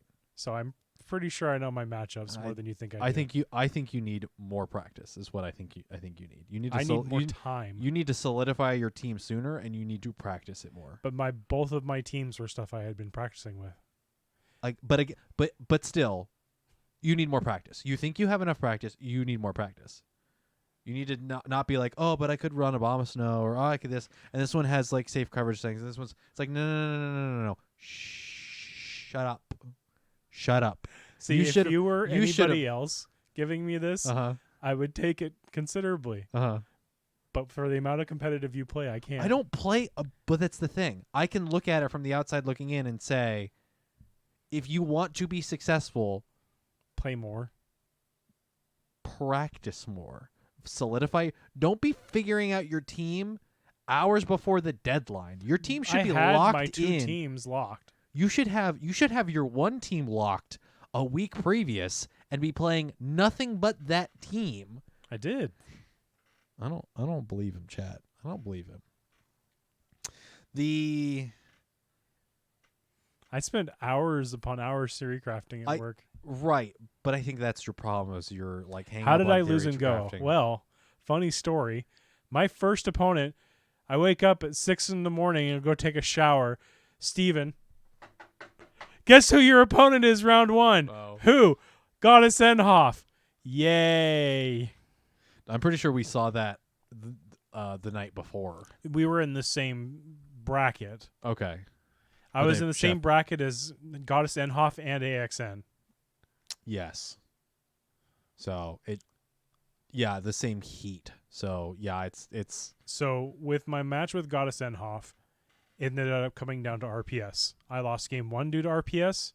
I won game 2 to RPS, and then game 3 lost because of charge move priority. Feeny has a higher attack than Stunfisk. My second round opponent, I don't remember their name, but it was their first tournament and they were a little bit younger. They had a lot of things that were below 1490. So I'm not sure if they just didn't have optimal stuff, but I was able to 3-0 them. And then my third round opponent was B. Hubert from, I want to say they're in Seattle. And they brought I think your favorite spice pick of the weekend with Galarian Weezing. Yeah, that's the one where it's like, okay, you don't expect that. And with Galarian Weezing, if it's in the back and you don't have shields, you're going to get nuked with overheat. That's all there is to it. And for me, the game 3 decider on that was CMP for G Weezing against Stunfisk. Stunfisk loses to G Weezing. Bellingham. Thank you, Jamar. Yeah, I don't know. I mean, I guess you could say what do I know as far as competing. That's what I'm saying. Yeah. I still think you could practice more. I don't like your flippy floppy nature ahead of time of like I can run this, I can run that, and you're like, oh, this one's like a safe. This one covers the meta. I'm like, it doesn't cover the meta. No one else is using it. Why wouldn't it would become meta if it were actually covering the meta? The meta would be different if it was actually covering the meta. It doesn't perform well enough. Don't use it. Maybe I shouldn't stash G-Fisk in the back. I wasn't. It was a lead. Maybe it shouldn't be a lead. My team was pretty straight meta, though. Stunfisk, Metacham, Lantern, Noctowl, Trev, Alolan Ninetales, Shadow. Am I forgetting anything, or is that all of them? Anyways, my Medi ran Power Punch and Ice Punch. You don't have it tagged anymore? I don't know. I flip-flop it so much, too. Medi's just one of those ones you can run almost anything. Yeah, it was Counter Ice Punch, Power Punch. All of them very close, very fun matches. Honestly, with my match with Hoff on the third game, I felt like my heart was going to just come out of my chest because it was so close. And you have the sheet right there in front of you with usages, right? Yep. Yeah, I'm not a fan of Swampert. There's too many sneaky Noctowls and Trevs. Yeah, so your Galarian Weezing only had one use. Yeah, that was Hubert. Somebody was making a comment about Coma O, which I want to say got on stream. Yep. I don't know if it got used on stream, but the team was on stream. So yeah, Swampert is something that if I'm running it, I need to just basically fully commit to supporting it. At least that's how I feel about Swampert teams is you pick the Swampert and you fully commit to it. Are you using the... Okay. Steven's taking off for a moment. But yeah, so day one Portland, I participated in Go and went 1 loss, 1 win, 1 loss.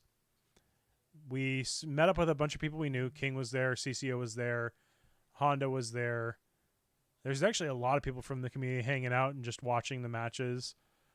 Cindy was also in my block on day one. She ended up going on the stream for the first. We were in Group D. And then I want to say, what was it? Saturday we went to go get dinner after we had decided to leave the venue. And then we went back to the hotel and you just passed out. So I had a headache. That's right. Yeah. I was getting a migraine about, it was like maybe 2 or 3. Yeah. It was like mid-afternoon. I was starting to get a headache. I ran back to the hotel to maybe get a nap in, and I didn't. Just didn't give myself enough time. I should have left earlier. Right, because we went to go get pizza. No, that was We did the Friday night that we went out and you passed. Saturday was the night you passed out. Right, because Friday we went and got pizza. Or no, pizza was Saturday night. right. Pizza was Saturday night, and I had my migraine on Saturday. Okay. So I tried to get a nap in, couldn't, which is fine. And then I drove the car the couple blocks down to the convention center, picked y'all up. We went over to the Sizzle Pie. I don't know what to say. Nobody showed up for the pizza party, I guess. Meetup thing, which I don't know. I was hoping somebody would show up, and we saw the commentators. Their hotel must have been a block or 2 away. They were walking past the, what's it called? the Sizzle restaurant. Pie. Yeah. I mean, honestly, Sizzle Pie, great food. It was good pizza. It's like a go-to for me. Like every time I'm down in Portland, this Cherim is absolutely ridiculous. I powered through, how many times did we try the Inteleon raids? 3 or 4. 3 or 4 times. And I then as powered soon through. as we did as soon beat as it- I caught it, I passed out. He was out. I died. I was like half awake for the last 2 attempts. Like barely conscious. Struggled through it. Got the Inteleon. Congratulations on the final weekend. Day 2. Oh, but day 1, Mm-hmm. funny joke. Steven and Battle Ram registered for what they assumed would be tomorrow's build and battle. The Saturdays, so you get your packs and stuff. I don't know. Was it really that funny though? Well, okay, so you weren't there. They called up Battle Ram. Uh-huh. He goes over to go find out what's going on. Uh-huh. He texts me and he's like, "You might want to come over." And then as soon as I get the text, Steven Nielsen, would you please come to the Nielsen? Nielsen? I'll have you know. And I was like, "Oh, My I'm gonna go check handwriting's this. not that bad. I'm gonna go check out what this is." And there's a table of like Nielsen. 20 people getting pissed off because apparently they've been waiting for 20 minutes to start. What? 15 and then cut it off. 20 minutes? Yeah. Screw them. And so I go ask the guy what's going on because you guys had signed up for Sunday. We thought we were signing up for Sunday. Apparently the sheet didn't say Sunday. Yeah, no, it's more of the fun communication at the venue, apparently. Team Northwest didn't do a very good job. But so we got it corrected. But I was just like, he went back to the hotel to crash because that's when you went to go take your nap. Yeah. And the guy's like, "Oh, well, here's the tickets and come back tomorrow." Yeah. So I guess there was multiple side events. So side events, my understanding was that side events were only happening on Sunday. Right. I guess that wasn't the case. No, they had them on 'Cause Saturday the too. sign-up sheet for Build and Battle, I guess there was a Build and Battle Saturday evening for the people that were spectating and the people that were already eliminated. Yeah. Or just left, didn't want to continue to compete or what have you. Right, because like with Brady or Battle Ram here, once you got to a certain number, you weren't going to make it to day 2. Mm-hmm. So we signed up before I left to go take my nap, under the impression that we signed up for.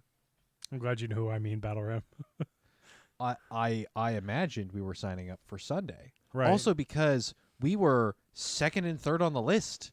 There was no one signed up. Really? Yeah. We Oh, were wow. so early. Wow. Unless there was a second sheet that we were over top of. Oh. There was like no one signed up. So Hmm. I was just under the impression that we were signing up for Sunday. There just wasn't communication for it. For clarification, the build and battle was, I think it was like, the way they do their side events is you have to buy tickets. Mm-hmm. And it's like a carnival type game where you buy tickets and then using those tickets you can get into events. Mm-hmm.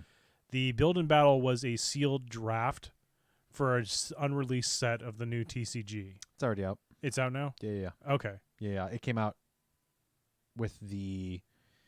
Was it the weekend after? No, with the LeChonk event. Oh, so a couple weeks ago. Yeah, it came out a couple weeks ago. It's Okay. just it's the most recent set. Okay. Yeah. So we were using... Okay. But it was a sealed draft, so you get a starter box. There's one themed evolution line in the box that you get to help you kind of build your deck. But essentially, it's a 40-card deck. You open a couple packs plus the themed one, and you construct a Pokemon TCG play deck for single round games of Swiss. Mm-hmm. And if you're someone that doesn't want to go to these events because you don't want to be at the level of competitiveness that these people are coming for, do like what Steven and Bugcatcher Bryce did, where you buy a spectator's pass and then you can go have fun playing in these side events. And that's kind of what the build and battle was. If you love Pokemon but aren't super competitive and you have a regional tournament near you within driving distance, go. Yeah. Go spectate. Because it's fun. Because you're around a bunch of other people that really love Pokemon. Yeah. So I had my first... It was a 3-round tournament. My third opponent was a no-show. So I got the win there, technically speaking. My first opponent was a mom whose husband and kid were playing in, I think, TCG. The actual tournament. The actual tournament. So she hadn't played the game. She was familiar with it, but she really hadn't played the game a whole heck of a lot. But her husband was kind of around, like, checking in on her, and it was like really cool. Of like, I've played maybe three matches of Pokemon TCG before, so like I don't really know what was going on. I had the pair next to us were both like fluent in the rules and stuff, so we kept referring back to them, being like, question here, it was a great experience to have, those people, having like the one in Vancouver. The guy in Vancouver was helpful, but I don't remember the guy in Vancouver. When we were playing against each other. Kind of, sorta. The guy that sat next to us, like later on into our deck build, or like after we had like finished our first match against each other, was more helpful. Yeah, but like the initial the guy that told us to come back tomorrow. Yeah, that the initial the deck building wasn't bad instructions. Like, he was giving reasonable instructions as far as building a good deck, but like the usage of it and playing the game, like help wise, wasn't really there. Yeah. I mean, it wasn't necessarily there for the build and battle either. Right. So it's Battle Ram. My second opponent was a top 8 junior of TCG. Yeah. So my second opponent had to have been a top 16, top 32. Like, dude was... They were just like, bam, bam, bam, bam. Yeah, it was a kid. And, I mean, I had to mulligan my first one, and my second hand had a basic Pokemon and all energy. Like, I couldn't do anything. Yeah. So, my deck, I think, was, I guess, apparently a little heavy on energy. Yeah. My overall energy requirement of the deck was a little less than what you needed. What I had in my deck. Yeah. So... That's in Magic the Gathering terms. You were mana flooded. Yes. So, Yeah, somebody ran Chandelure. One person ran Vigoroth too. Somebody ran a Sharpedo. Was that your second opponent? No. Okay. That's a Shadow Sharpedo is not something. It's to not a joke Shadow. about. It's just a Sharpedo Just Sharpedo. Okay. and a Magmar. Hot. Someone ran a Magmar and somebody ran a Sharpedo. Whoever I can't came to guarantee- regionals with the Magmar is the real MVP. I just don't know, man. That's Shadow some- Magmar with karate chop. It's not Shadow. It's a regular Magmar. No, you're right. If it's the same team, you probably don't know any better. But if you know better, just check yourself into a hospital for a little while. Jeez. That's a really salty. That's like a McDonald's fry level salt. JDY, dude, it's flexible. I don't think it. No, I don't think it is. But yeah, overall, I think Portland was a great experience. It was fun. I'd be down to go spectate again, probably. I don't know what it is about events down in Portland and in that convention center, but it is the second time in a row I've gone down to an event in that convention center, completed day one, and just been like, I don't really know if this is my jam, and then like the second day has redeemed it. Where it's like the end of day one, I'm like, I don't know if I would come back again. And then like Sunday is just like, oh, okay, that's a much better. I had a much better experience. I think Sunday. for where we were and location wise, that was one of the better conventions that I've been in, convention center wise. Mm-hmm. I mean, I can't fully say because we haven't been to the new ones. I haven't been to the new one in Seattle. Yeah, it's a matter of it's location. The Portland Convention Center is pretty darn solid. The hotel room was all right. It was where we crashed. Yeah, it works. I mean, it's kind of the same thing for like your anime conventions, etc. Generally speaking, you're not spending a whole lot of time in your hotel room, No, other than sleeping. So JDY, you would think you can hype the hell out of people on stream. You can't. It's. And I don't remember who I was talking to about it. The vibe is golf. Oh, that was Zimmy. You were talking with Zimmy. I was talking with Zimmy. The vibe for all three Pokemon streams there in person is golf. Until something awesome happens, everyone is quiet. There is no excitement. There is no hype. It is not a Seattle Sounders match. It's not sports. You don't get that same hype. Even esports. I get it's esports, but the vibe isn't there. The vibe is that of spectating golf in person. And I you know what? I got nothing. Well, it's one of those things of like everyone's quiet, and he hits it, and then if it's really close to the hole, because he could get a hole in one. Like that's when it happens. Like the hype moments, you get a little bit. You get the crowd. You get a little bit of energy out of them. But like in general, that was one of those things that like I Japanese wrestling match. Oh my god. Yeah, like just wrestling in general has just an entirely different vibe.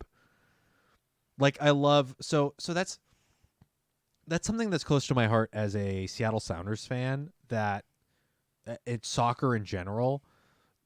The crowd brings it. You have chants, you have the tifos, like the big banners. You have just a engagement. It's similar, like having not been to a Seahawks game, the whole 12th man thing. The 12th man is just loud and obnoxious. There's no chants. It's not organized. Whereas in soccer, it's organized. You have chants at particular minutes of the game At to a chant. boy in the woods. What? I don't know anybody that's going to disagree with you about that statement. What do you mean? I'm confused. About just the 12th man being loud and obnoxious. Yeah, like, well, like, you have different vibes, and that's one of my, like, I wish the Kraken would get other chants other than the one they have, because they only have one, and it's not interesting, and it's shared with literally every other sports team ever. Like, Pokemon Go and other esports, like, and I was talking to Mel about this, that the team sports, the esports, like, league has it, Halo had it when we went to Worlds. The different teams they brought the energy. They were playing. They were loud. Like the Optic fans were chanting. They would they would get going. And I think she mentioned that they did that for the European things like Unite. Yeah, well, because Unite is a team based. Like you Right. can see the plays. The teammates. You can see it happening a little bit faster. Yeah. And that energy ebbs and flows. It doesn't just like look at the chart that I have here where it peaks on the left and goes down to the right. Flip that, and that's the energy of every Go match. Where your like super hype moments generally don't happen in the middle; they only happen at the end. Whereas Unite, you can have peaks and valleys throughout the entire there's event. shifting gameplay. Yeah. Whereas you don't. But I mean, I think you don't that's necessarily the same see thing that with in Go and VC. you don't see that peaks and valleys in VGC and in VGC, TCG, and Go. You just don't see that. Unless it's a catch, swap, or something unethical. You see a little. You see a little, but it's not a lot. You don't No. see that same. But that's why the meta exists. With games like Unite, there isn't a meta. It's Oh no! There's a meta. There's a No, meta, but it's more but- based on but skill you're- and gameplay. No, it's probably more a time of a match and the strategy of just the way that the mechanics work, and then just not having the crowd energy and enough crowd. I do agree a little bit, JDY, but the moderators of those streams are pretty strict. Right, and you're not gonna roast people, in the crowd of one of those events like you paid money. Like the only way you're not gonna get kicked out is if literally the entire rest of the crowd is in on it. Yeah. And like you don't get that unless you have like a heel that like accepts that role. Yeah. Like you don't have Team You- yell. you won't have the heel in Pokemon Go just period. It's not like I'm going to let you finish drinking lest I get you to spit it out. You're not going to get Dunebug to like come out and just be the Undertaker or like the what is it? Attitude Era John Cena or something. Like I can't think of a good heel. I haven't watched. Maybe enough that's what we're wrestling. missing. We just don't have the heel. Maybe that's it. We just don't have the heel, and there's not on stream, and that energy just doesn't come up. You don't have the like heroes and villains. It's just kind of like blah. And maybe that's I what mean, you but need. that's what some people don't want. They don't want to be. I don't The think showmanship? idolized. I don't No, think I mean I can see. Okay, so I can kind of see that of like, okay, these are just I'm the same, JD. these are just reasonable people, but like That's why I play stall. what you didn't. You're not a villain. You didn't run stall in Portland. I want to hear it.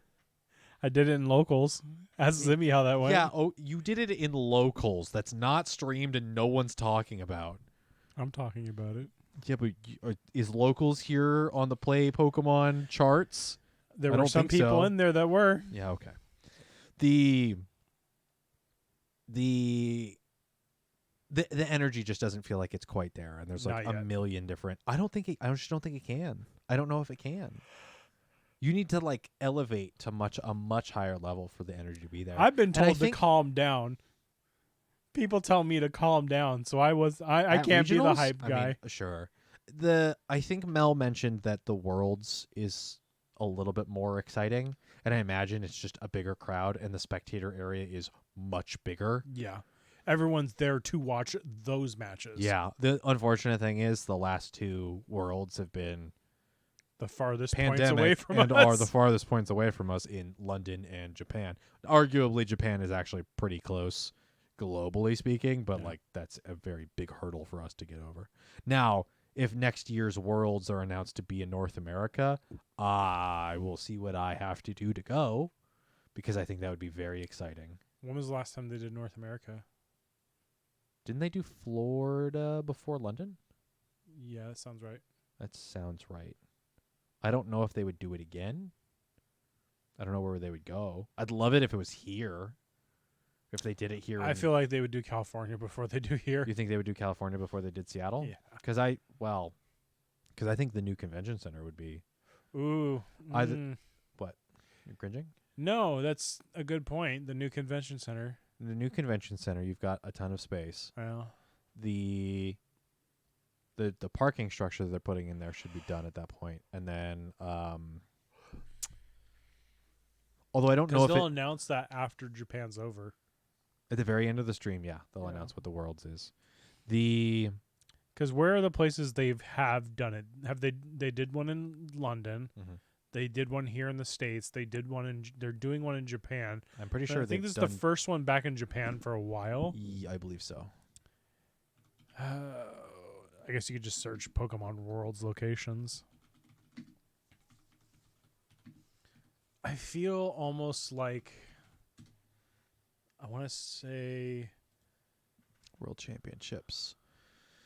2004 in Florida, 2005 in California, 2006 in California, 2007 in Hawaii, 2008 in Florida, 2009 in California, 2010 in Hawaii, 2011 in California, 2012 in Hawaii, 2013 in Vancouver, British Columbia, okay. 2014 in Washington, D.C., 2015 in Boston, 2016 San Francisco, 2017 Anaheim, 2018 Nashville. That's a cool one. The Washington, D.C. for 2019.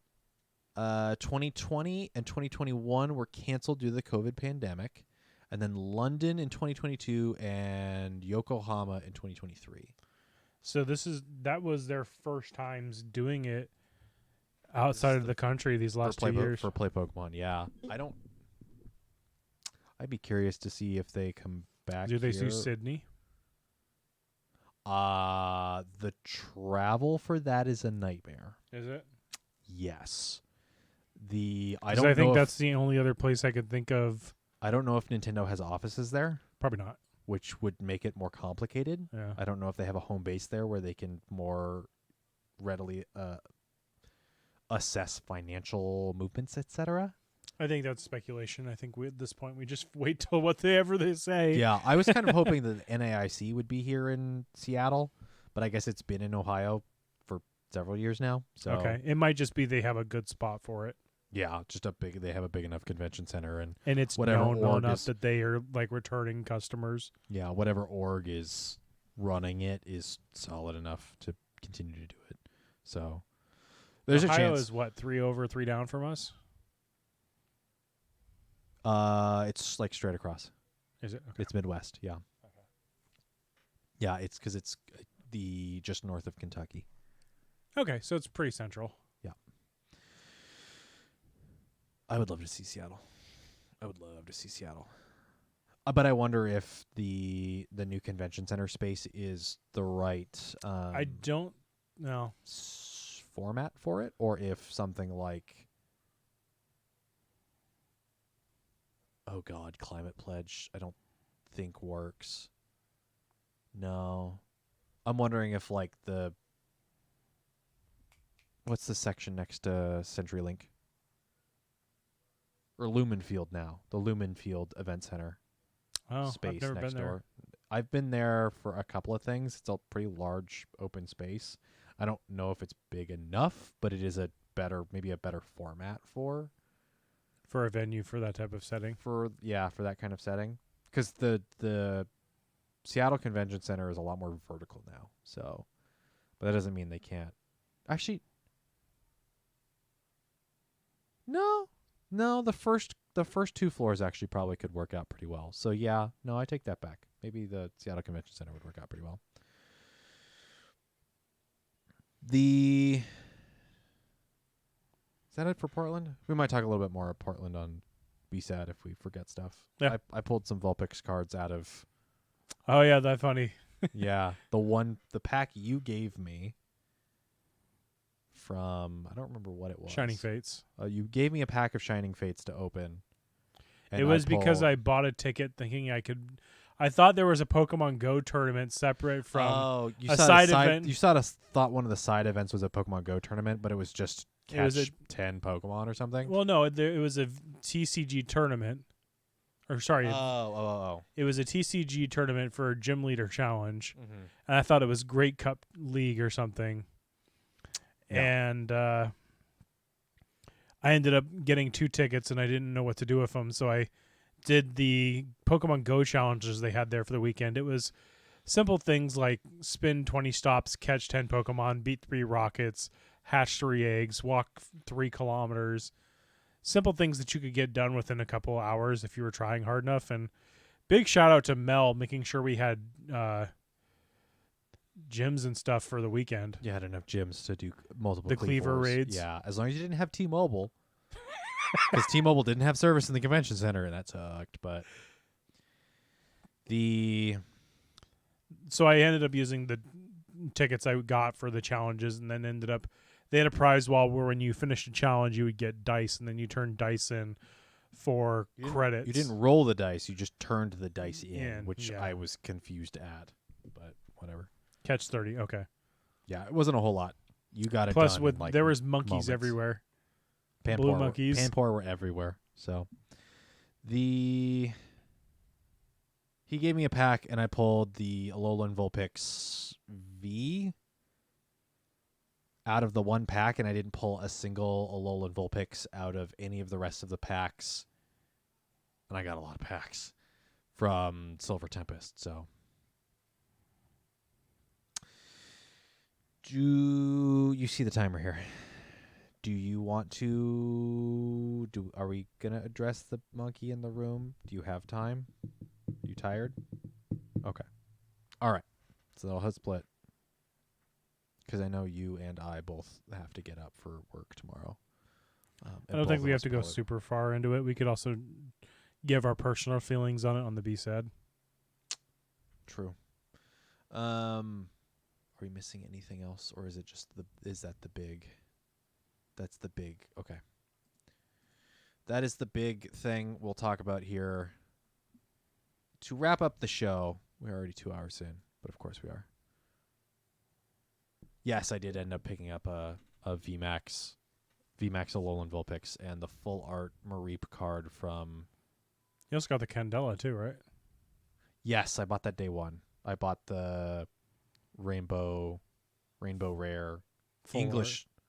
Yeah. So the title for it, I believe, is the Rainbow Rare because it's the full art rainbow. Mm-hmm. The full art is another version of the it's complicated. I don't there's phrases, there's names for all of the There's one rarities. card with 3 variations. Yes. And there's names for each of them. And oh hey, by the way, with each new set they will change names.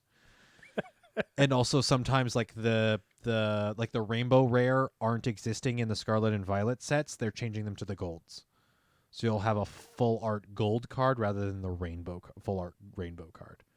Because that makes sense because I pulled a gold nest ball for full art Brady. Gold. Yeah.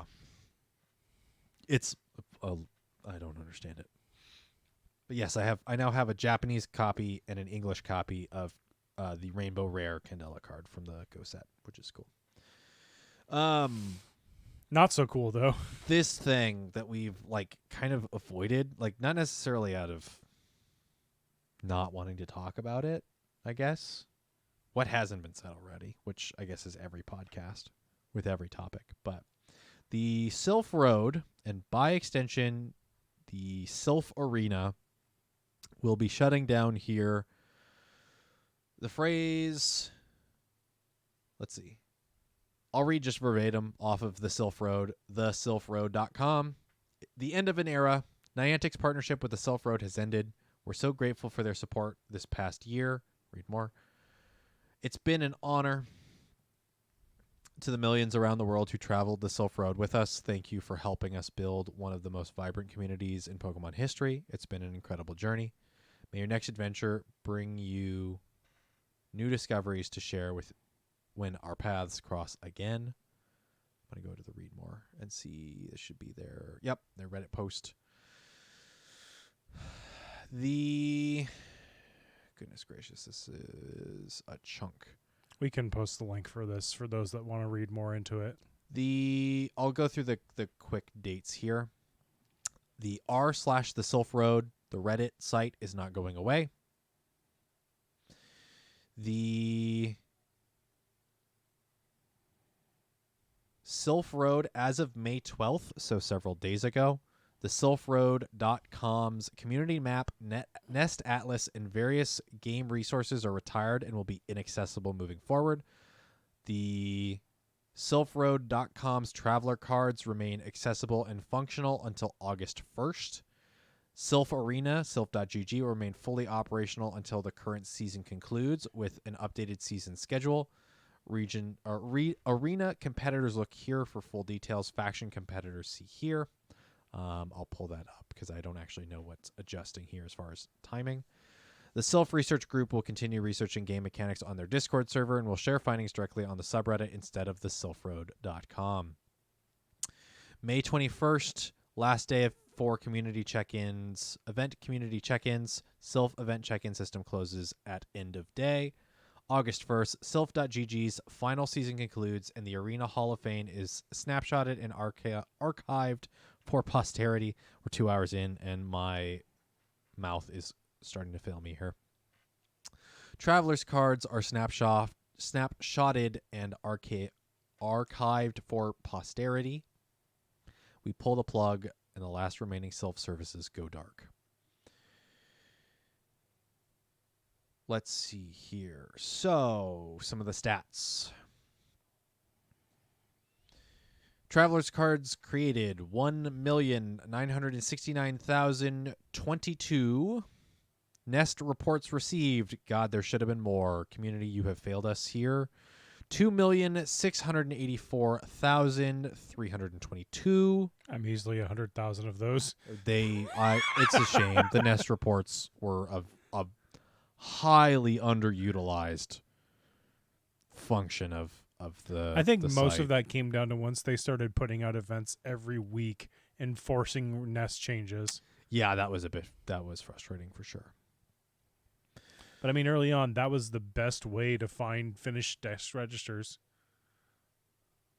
The 135,210 PvP tournaments where 3,923,894 matchups were played. Website sessions on the Silph Road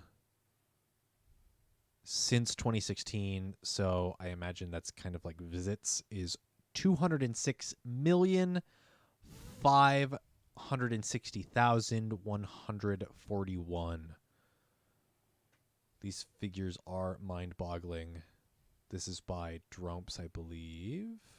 Yeah, Dromps, who has not really been super active and apparently isn't even level 40. Yeah. So I was listening the Pokemon cast or the Pokemon podcast, PKMN cast on Twitter. I guess their primary host, Steve, is actually friends with Dromps in game. Okay. And is looked, and he's only like level 36 and hasn't been active, and like I don't blame him. I guess Dromps has also had 2 kids between starting the Silph Road and now, so congratulations. I remember our first interaction with Drobes was... I don't think I've ever Did I ever interact? Not like personally, but as when we were in Seattle in that corner room in a library, and they tuned in for the Twilight stream. They popped into chat. Yeah. So I don't want to say like Dromps is... I think he's been web dev side of this for a long time. Yeah. So he's helping run the back end, or has been running the back end. I imagine something similar to Joe Merrick over with Cerebi. Yeah. Where it's like one person But Joe's crazy and he's at the events. Joe, from what I can tell, Joe does most of it himself. I don't know if he has a team with him. Yeah. That's insane. I don't understand. I love seeing the pictures on Twitter of him at a venue with like a laptop, 2 phones, and a Switch or something. Like I look at a photo of him and I'm like, bro, you look like you need like 48 hours of sleep straight. Like I don't envy you at all, but thank the Lord you have for what you've done. Like I, on average, visit Cerebi like once a week. Yeah. So like the amount of work that's put into that, and like the Silph Road too, like we most days, always most reference it. days, if we're like out and about playing Pokemon Go, we'd go to the Silph Road. I'd be like, okay, can I do this raid? Or like, what's hatching in eggs? Do I care? You know, What's the research? what's the event research? What do I care about? And like, I don't know if that information's gonna be here. I don't know where to find. I mean, that it sounds like it information will be anymore. on the Reddit. I don't like Reddit. I don't like Reddit. I don't like using Reddit. So, But yeah, I think my earliest introduction to the Silph Road, I want to say, was through one of the content creators being like, "Hey, here's this website. Go check this out. They're doing Would've all the been- questions you have for Pokemon Go. They have the answers." would have been very early on. Because I think I started watching Trainer Tips as an example when he started doing the Nest discussions on how Nests work back in 2016, and he referenced the Silph Road a lot early on as a resource to find out what nests were nearby. I think that's the one thing everyone used it for at first, was finding nests, but then they evolved to having the research, having information on the eggs, having information on the raids, and then even the rockets for us, knowing what was available. Oh yeah, that's been key.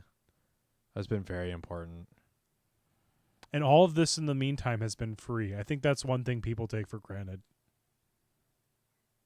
Is this, for the last 6 to 7 years, has been a free resource. Mm-hmm. Yeah, and within the last year, it's been ad free because Niantic did a sponsorship with them. Right.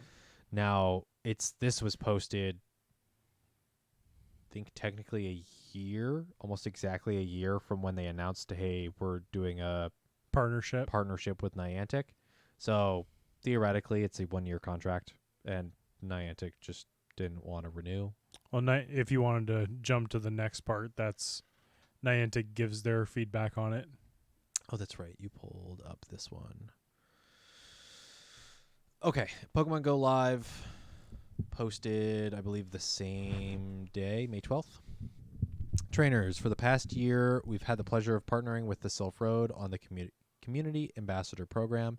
It's been great working with the team on this project, and it has also been incredible watching the passionate contributors at the Silph Road grow a truly amazing community hub. While we're sad to see the Silph Road closing its doors, we want to thank them for all they've done for the Pokemon Go community in the last 6 years. Technically 7, because the Silph Road was actually open before Pokemon Go started. So, whatever. The Community Ambassador Program will continue to move forward into its next iteration. While we are closing applications for the month of May during the transition, community leaders will have expanded opportunities to apply to be a community ambassador outside of the Silph Road. Soon, trainers from across the globe will be able to apply to this revamped program via Campfire, providing opportunities to share and grow their community and receive rewards for gathering in person to play. We'll continue to add more opportunities into this program, such as providing unique access and rewards for community ambassadors and their fellow trainers. You'll still be able to use the Pokemon Go map to share where you can find your local community and play together during special events. Stay tuned for more updates as we get ready for the future of the Community Ambassador Program, and thank you again to the team at the Silph Road for their energy, passion, and dedication. So one thing I will say here is this isn't something where we should be pointing the finger at one person or another. Niantic did help them. They did acknowledge them. And that's two really big things right there. Yeah, the partnership is huge, and I don't think we'll never know unless someone comes out and says it. Speculating on the communication and all of the work that happened between this partnership, we'll never know. We'll never know. Realistically, the Silph Road could have been instrumental in putting together a feature set and facilitating some of the communication between these community ambassadors moving forward and with Niantic and Campfire. Like, we could see Campfire come out with a Nest outlet or a Nest Application. Atlas where we can report, which would be really neat. We could see that. We might not. I don't know. they could have been working on any number of things in partnership. So it's kind of, it's not something we should speculate and be malicious towards, as much as I would want to say, like, hey, Niantic, why didn't you just continue to give them money to run the site? But it free. also sounds like they were burnt out as a organization. I don't blame if part of the reason was Dromps and the rest of the Silph Road crew, or a chunk of the Silph Road crew, especially on the web dev side, just didn't want to continue to make this website for this game that's just struggling right now. I wouldn't blame them from saying, you know what, I'm going to move on to something else. Like this, it's the only downside is the website's, if the website's getting taken down, that is a website you can point to on a resume and said, hey, I worked on this feature, and this feature on this website, or this page was all me, on a resume, and make it look real good. So it's kind of a shame that the website itself is going down. I don't know exactly how web development works. You might be able to save some sort of local version of it, or like it could be on the Wayback Machine. It could be archived, which would be pretty cool. But it wouldn't surprise me that, you know, just like all of the rest of us, we pull out our phones to open the game. We open the game. We remember the state that the game is in. We close the game. And we put our phones back in our pockets. So it wouldn't surprise me. It's sad, and you know. I think it was. I'm gonna pull up the tweet here. I want to say it was Seawolf that made this comment, but sorry. Go ahead and continue. No, it's. I mean, I don't really know what else to say other than, like, this is, I mean, it is an end of an era. It's a shame. This image kind of got to me the other day when JRE posted this, and it's the Silph Road logo, and it says, "Don't cry because it's over, smile because it happened." Mm-hmm. And that's a very accurate statement towards how I feel about all of this. Because we were fortunate enough to have this service and these people do all this groundwork for us. All the people that are out there that are or were researchers, thank you. To all the people that were the web developers and organizers, thank you. To everyone that stepped up and got Silph GG to become a thing and help push forward competitive Pokemon Go PvP in a time where everyone was running in circles not knowing what to do. Thank you for sticking with it. Yeah, you know, even with COVID. Leading up to, what was it, 2018, 2019 with the Invitational, and then that time in between Invitational and murmurs of it coming to play Pokemon, and then all throughout COVID. Now, you know, just putting in that work, whether successful or not, through all of the good metas, the bad metas, the... No, there were some bad ones. Ferocious, man. What, man? What was that? I think that'd be a fun survey. Just see what of all the cups that ever existed. I don't think we have to ask. People are already pointing it out, and like, part of me is like, I shouldn't really say much, but it's one of those things of like, these are volunteers. I mean, if they're paid, they're barely paid. I love Ferocious. I need you to time yourself out for about 30 seconds. Think about what you just said. You only loved it because literally everyone, it's like advanced play Pokemon where everyone's running the same thing. You're playing rock, paper, scissors with more steps. You know that, right? Ferocious is rock, paper, scissors with more steps. Just because it's more complicated doesn't mean it's more better. The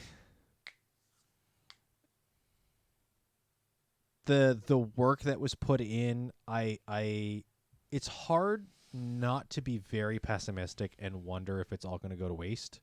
I know there are people. I haven't heard anything. Nobody talks to us But people are posting about it on Twitter that they are working on alternatives to keep the grassroots alive. I hope it's successful. I don't want this.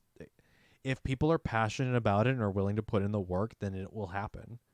They'll make something happen. The question is, will the players engage with it? And that's what worries me.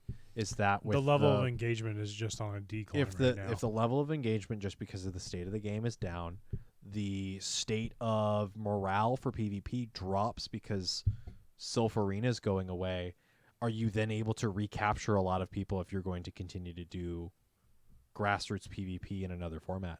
Yeah. Because I don't see locals, like in our local store, it's not bringing in enough people.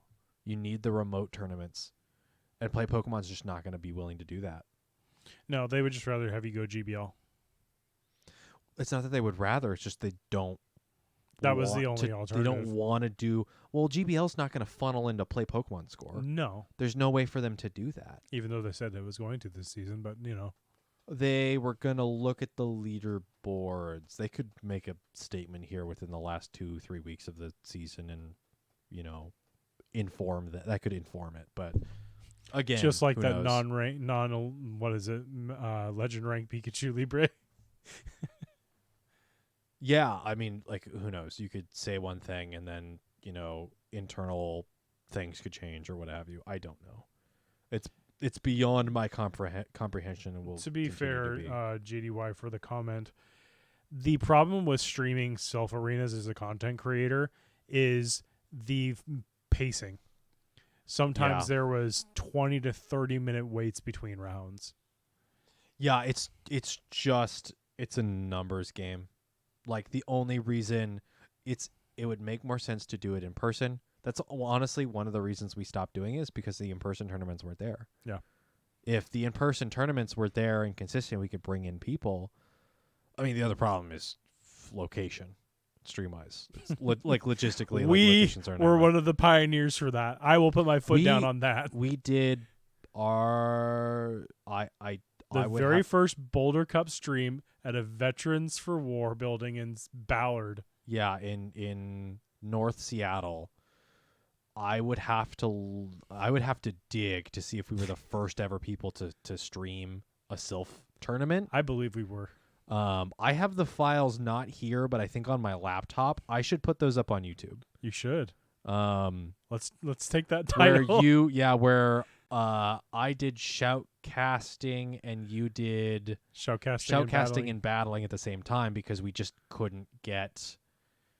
It's complicated, and we didn't have all of the right equipment. It took us a long it was time. rough. And now that it's one of those things of like, now that I have all of the right equipment after the mega tournament in Portland, it's not going to happen ever again. Yeah. And GoFest isn't here in Seattle, so we won't see like a Go Stadium tournament here in Seattle. We would have to put something on ourselves. And like trying to get those streams, it's inconsistent timing. It's not always the same length. It's not always the same interesting formats for Silph tournaments. If you can get it in person, that's great, but like there's so many other factors. I think other than Portland, some of our most successful streams were the charity event streams, because those were fun, off the wall ideas. I totally love doing those. And it's one of those things of like we could theoretically do that again. It's a lot of back end, and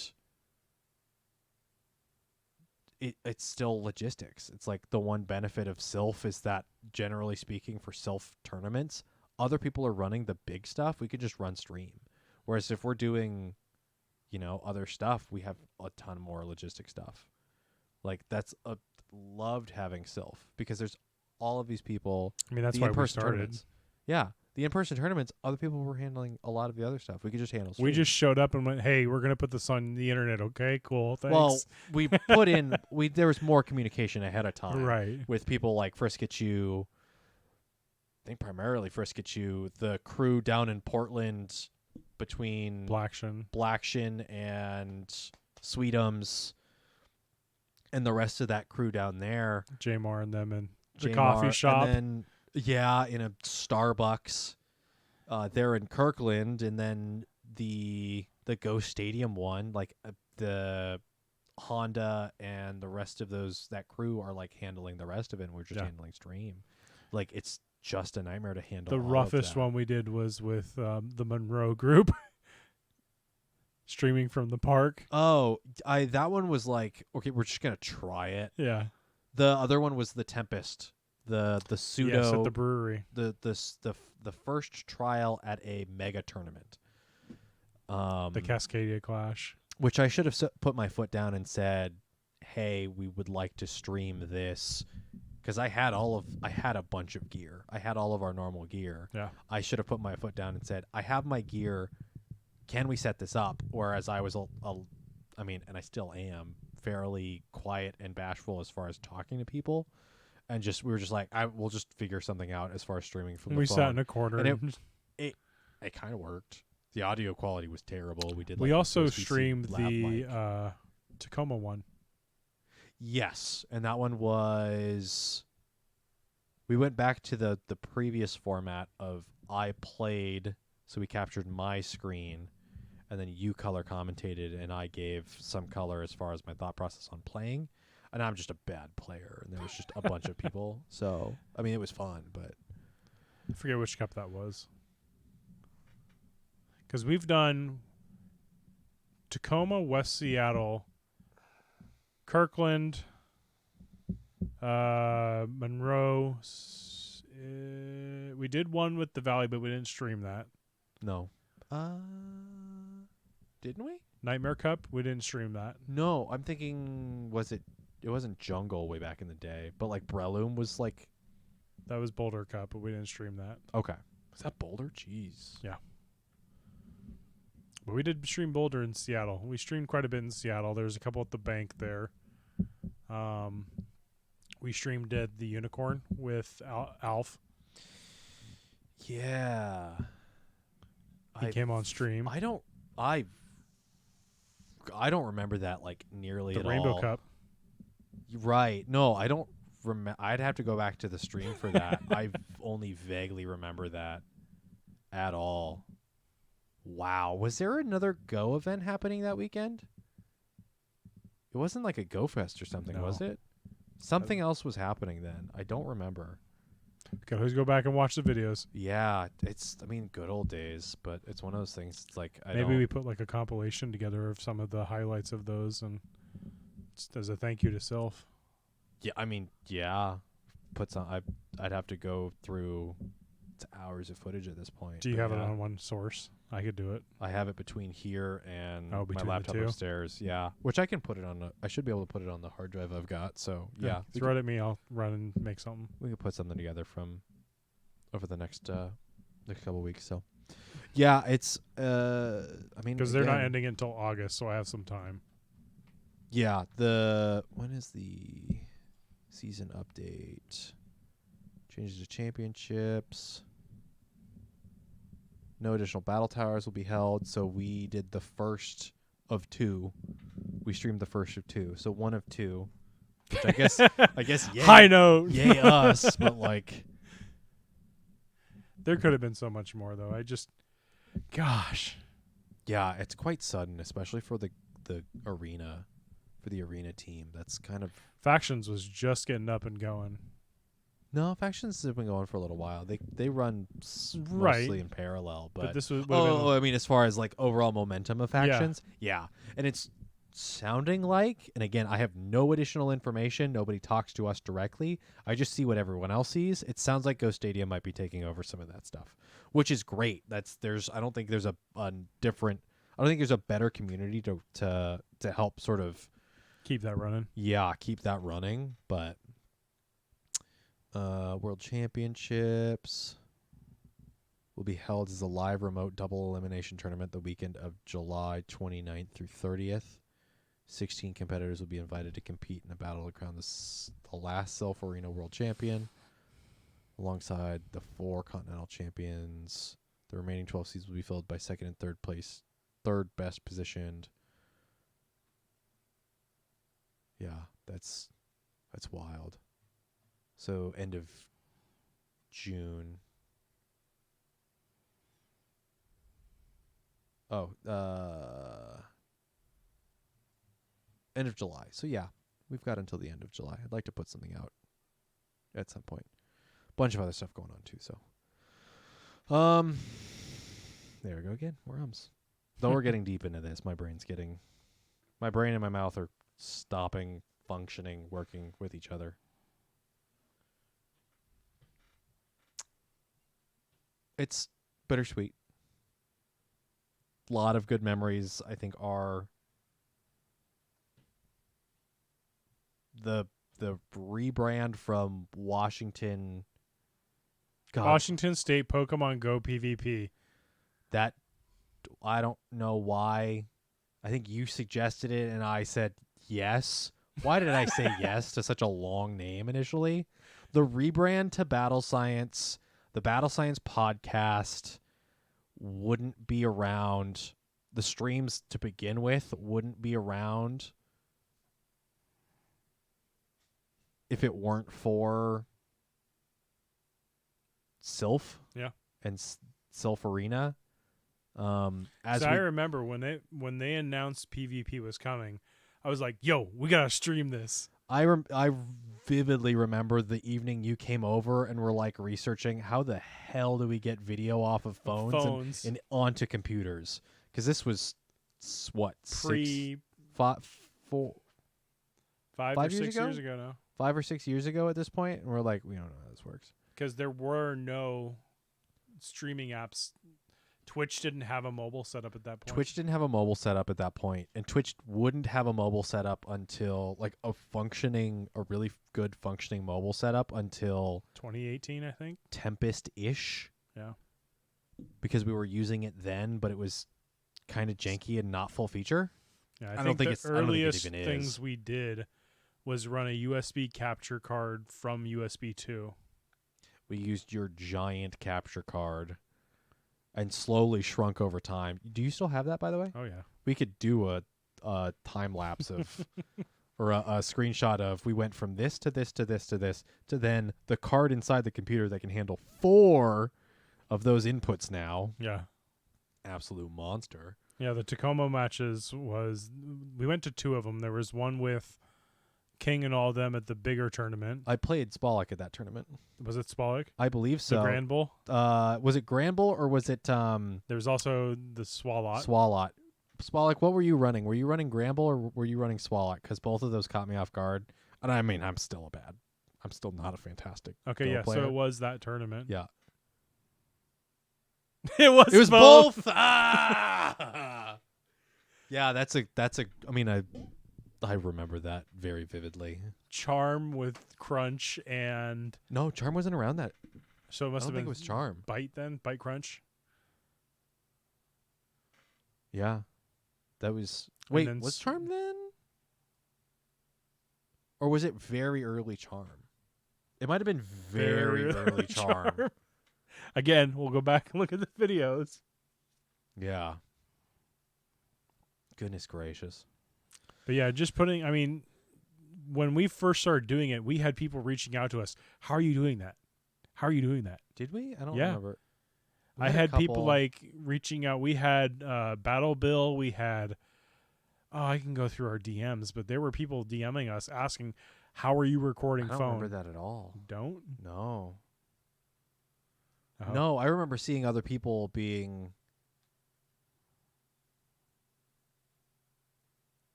I mean, I guarantee you, yeah. If I had the availability to run, was it Crobat or was it Golbat? Because at that point, Crobat was bad, but Crobat is my favorite of the 2. Taco was one of them. Taco was asking about it? Oh, Yep. okay. Yeah, and then Taco went and did. I don't even know what's happening with Taco.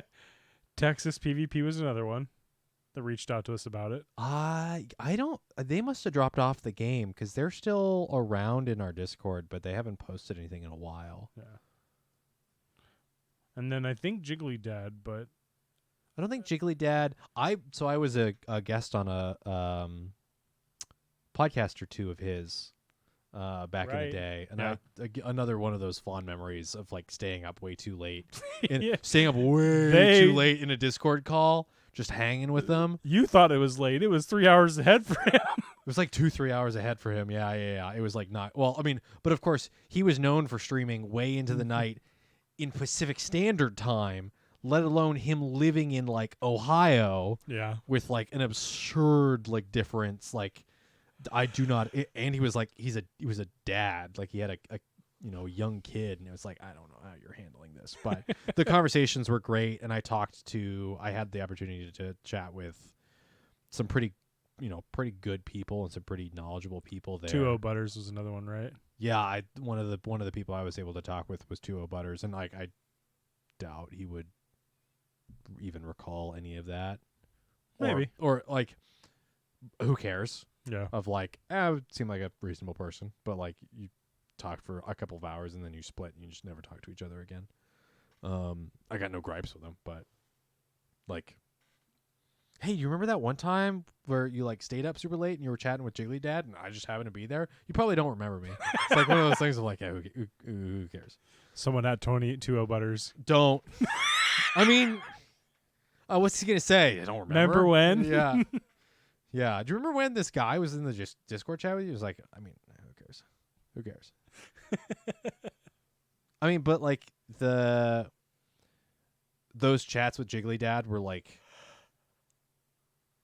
those couple of streams that I watched, and then I don't remember if it was a podcast or what the deal was. Oh. Well, I don't have any for you. I'm getting a message about trades. Asking about Tapafini. I don't have I any know who Tapafini. it is. Yeah, I don't have any Tapafini to trade you.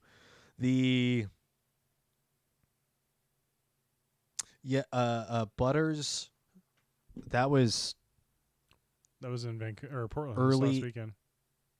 the chat thing. comment. Yeah. That was early on in Butters, I think, really ramping up. Like he had a ton of knowledge about the game.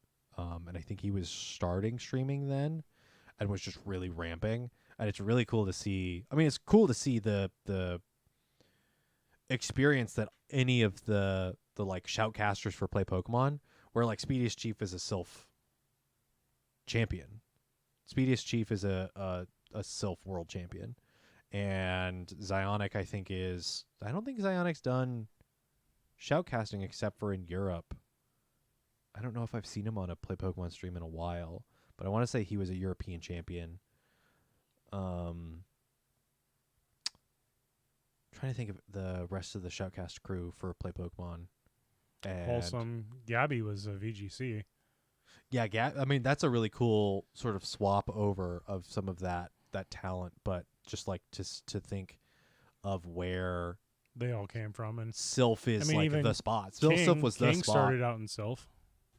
Yeah, I'd have to go back and see what all King, because King was he doing coaching? What was like the early on? Because there was some like I'd have to dig back through some sauce to like figure out some of the like OGs and Silph and stuff, and like we can like toot our own horn of like, yeah, we were OGs. Like we didn't go very far, but like whatever. Like it's cool, and we had great memories and everything. Yeah, I don't know. We'll see. We just kind of have to wait and see. I do hope that the factions format gets brought over, especially by Go Stadium, because I think, again, there's no better community to handle that. Yeah. And I don't think it's a format Play Pokemon's gonna latch onto, as much as I think a faction/team-based format is maybe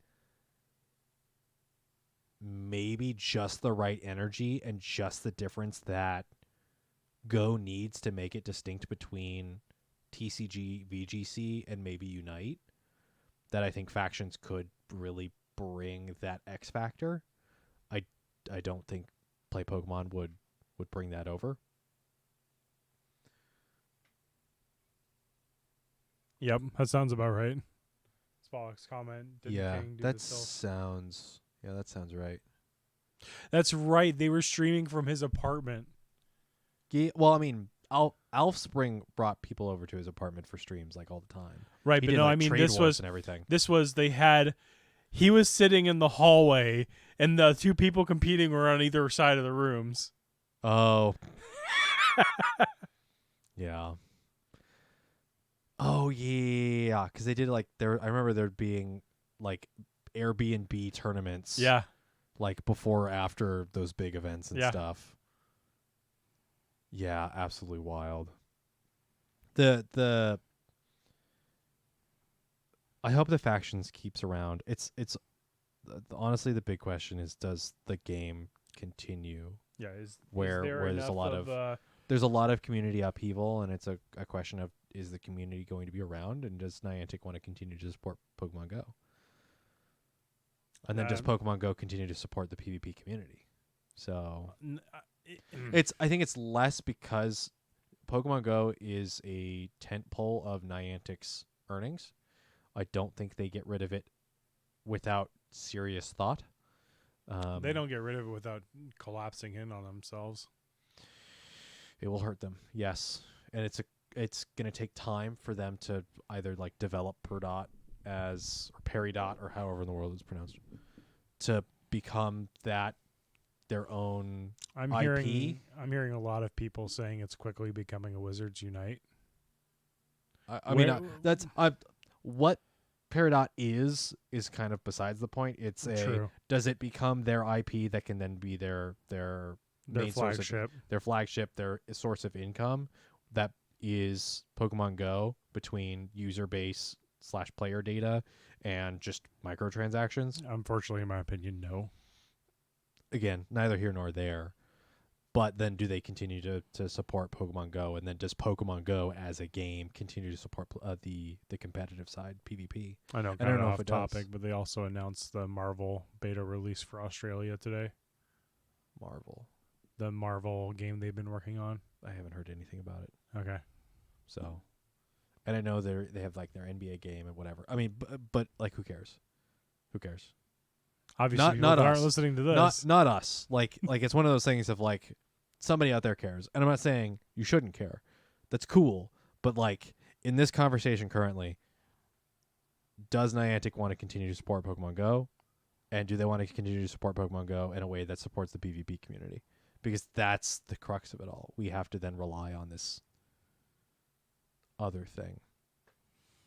It's a double-edged sword, in my opinion, because from the beginning of the game, it's been people like us. It's been people that are going out there and putting out the groundwork to draw people in to play, keep the game alive and going. And they've left breadcrumbs, I think is the best way to put it. If people have left,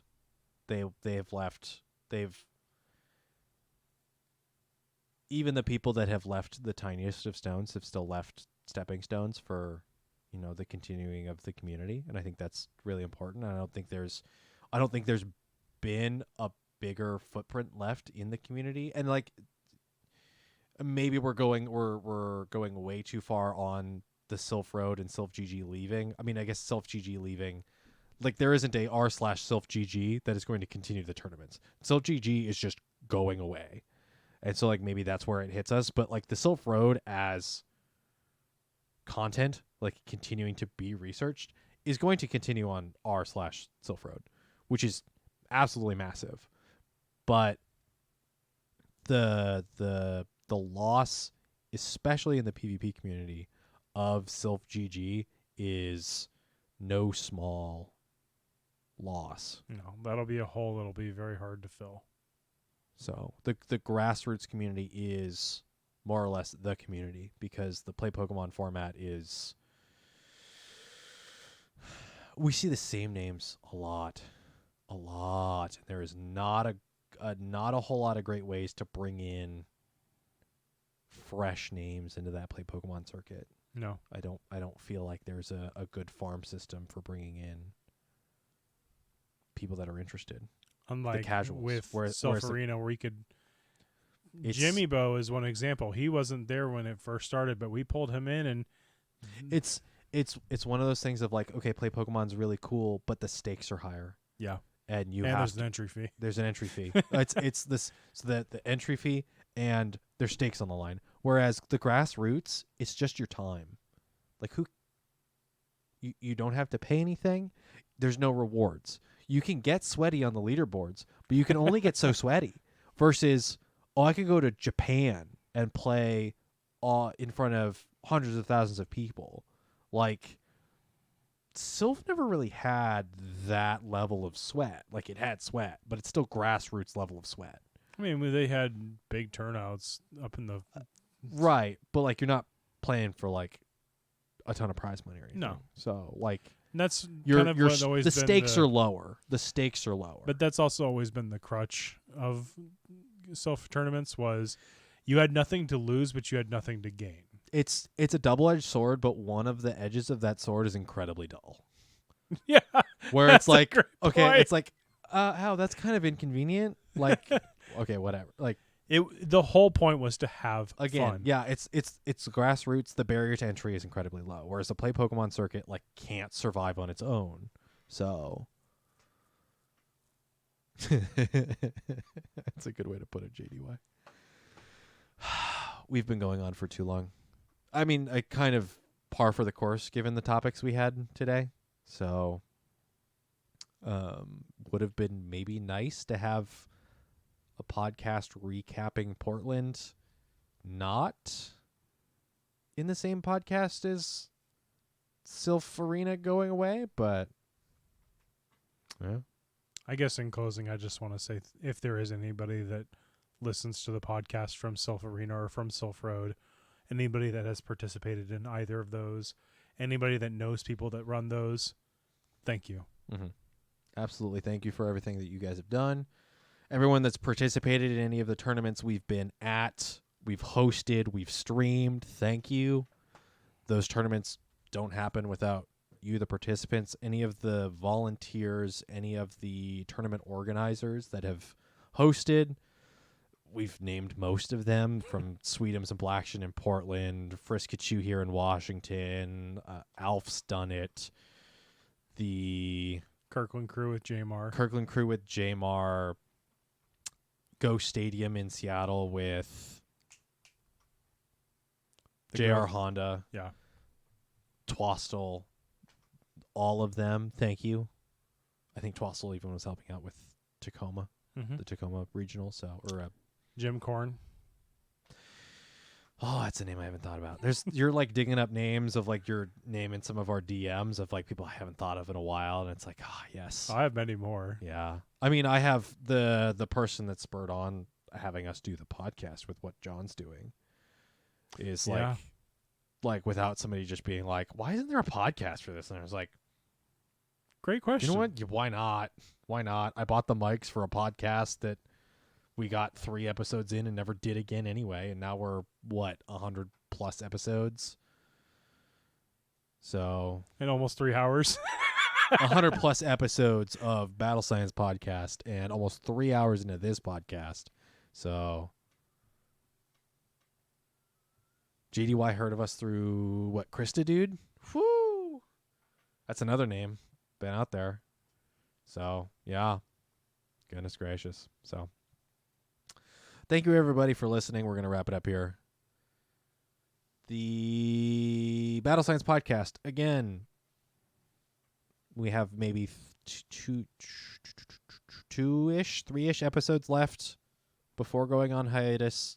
When we figure out a more solid date, we'll let people know.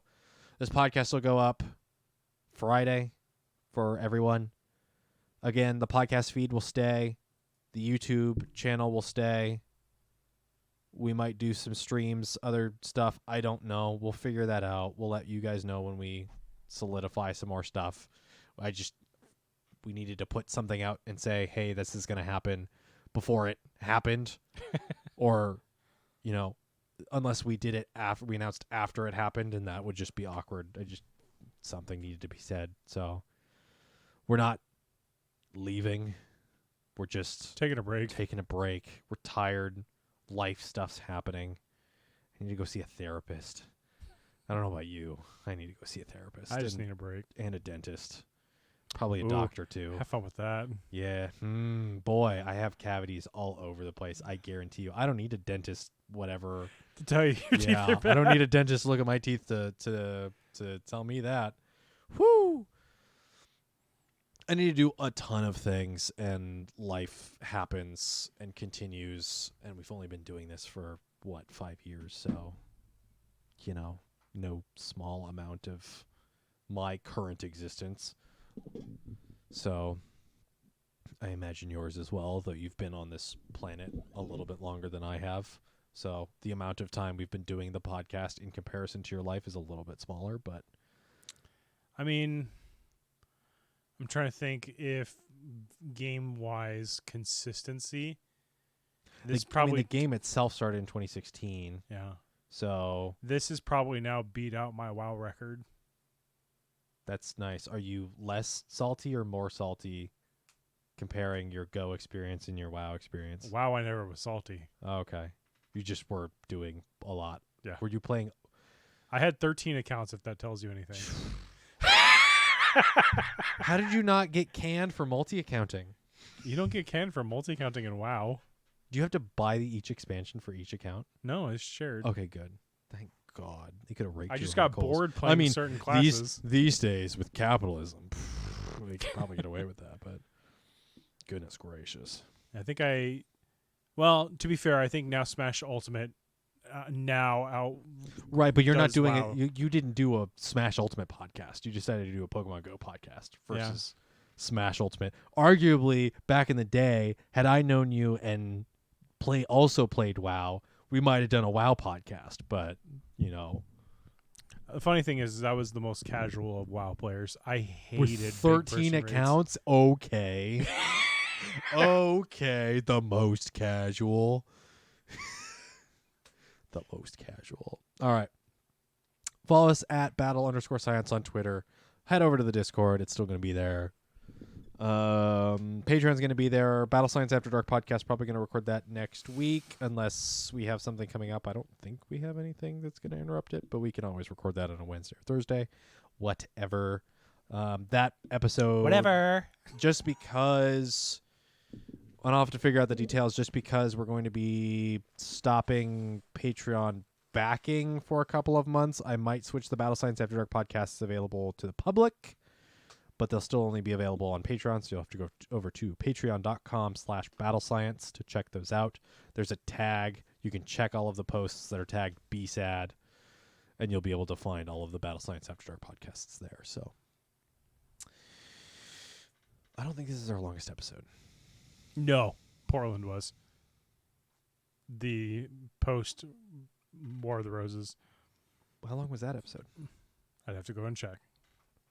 All right, well, I'm going to hit the stop button, and then I'll check, and then I'll be excited, and I can eat food, and I don't think I'll have time to play. In closing, I would like to say thank you to all of our people that follow us, listen to us, have come to our tournaments with us. It is you guys that make us keep coming back and doing these. Thank you, everyone. In these times where the game seems to be in a bit of a decline, thank you. Thank you for sticking through with us. Hey, Simi Kid.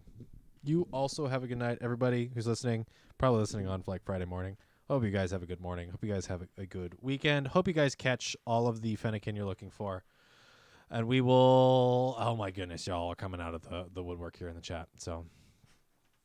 Thank you, everybody, for tuning in. We'll catch you guys out there on the battlefield. Bye.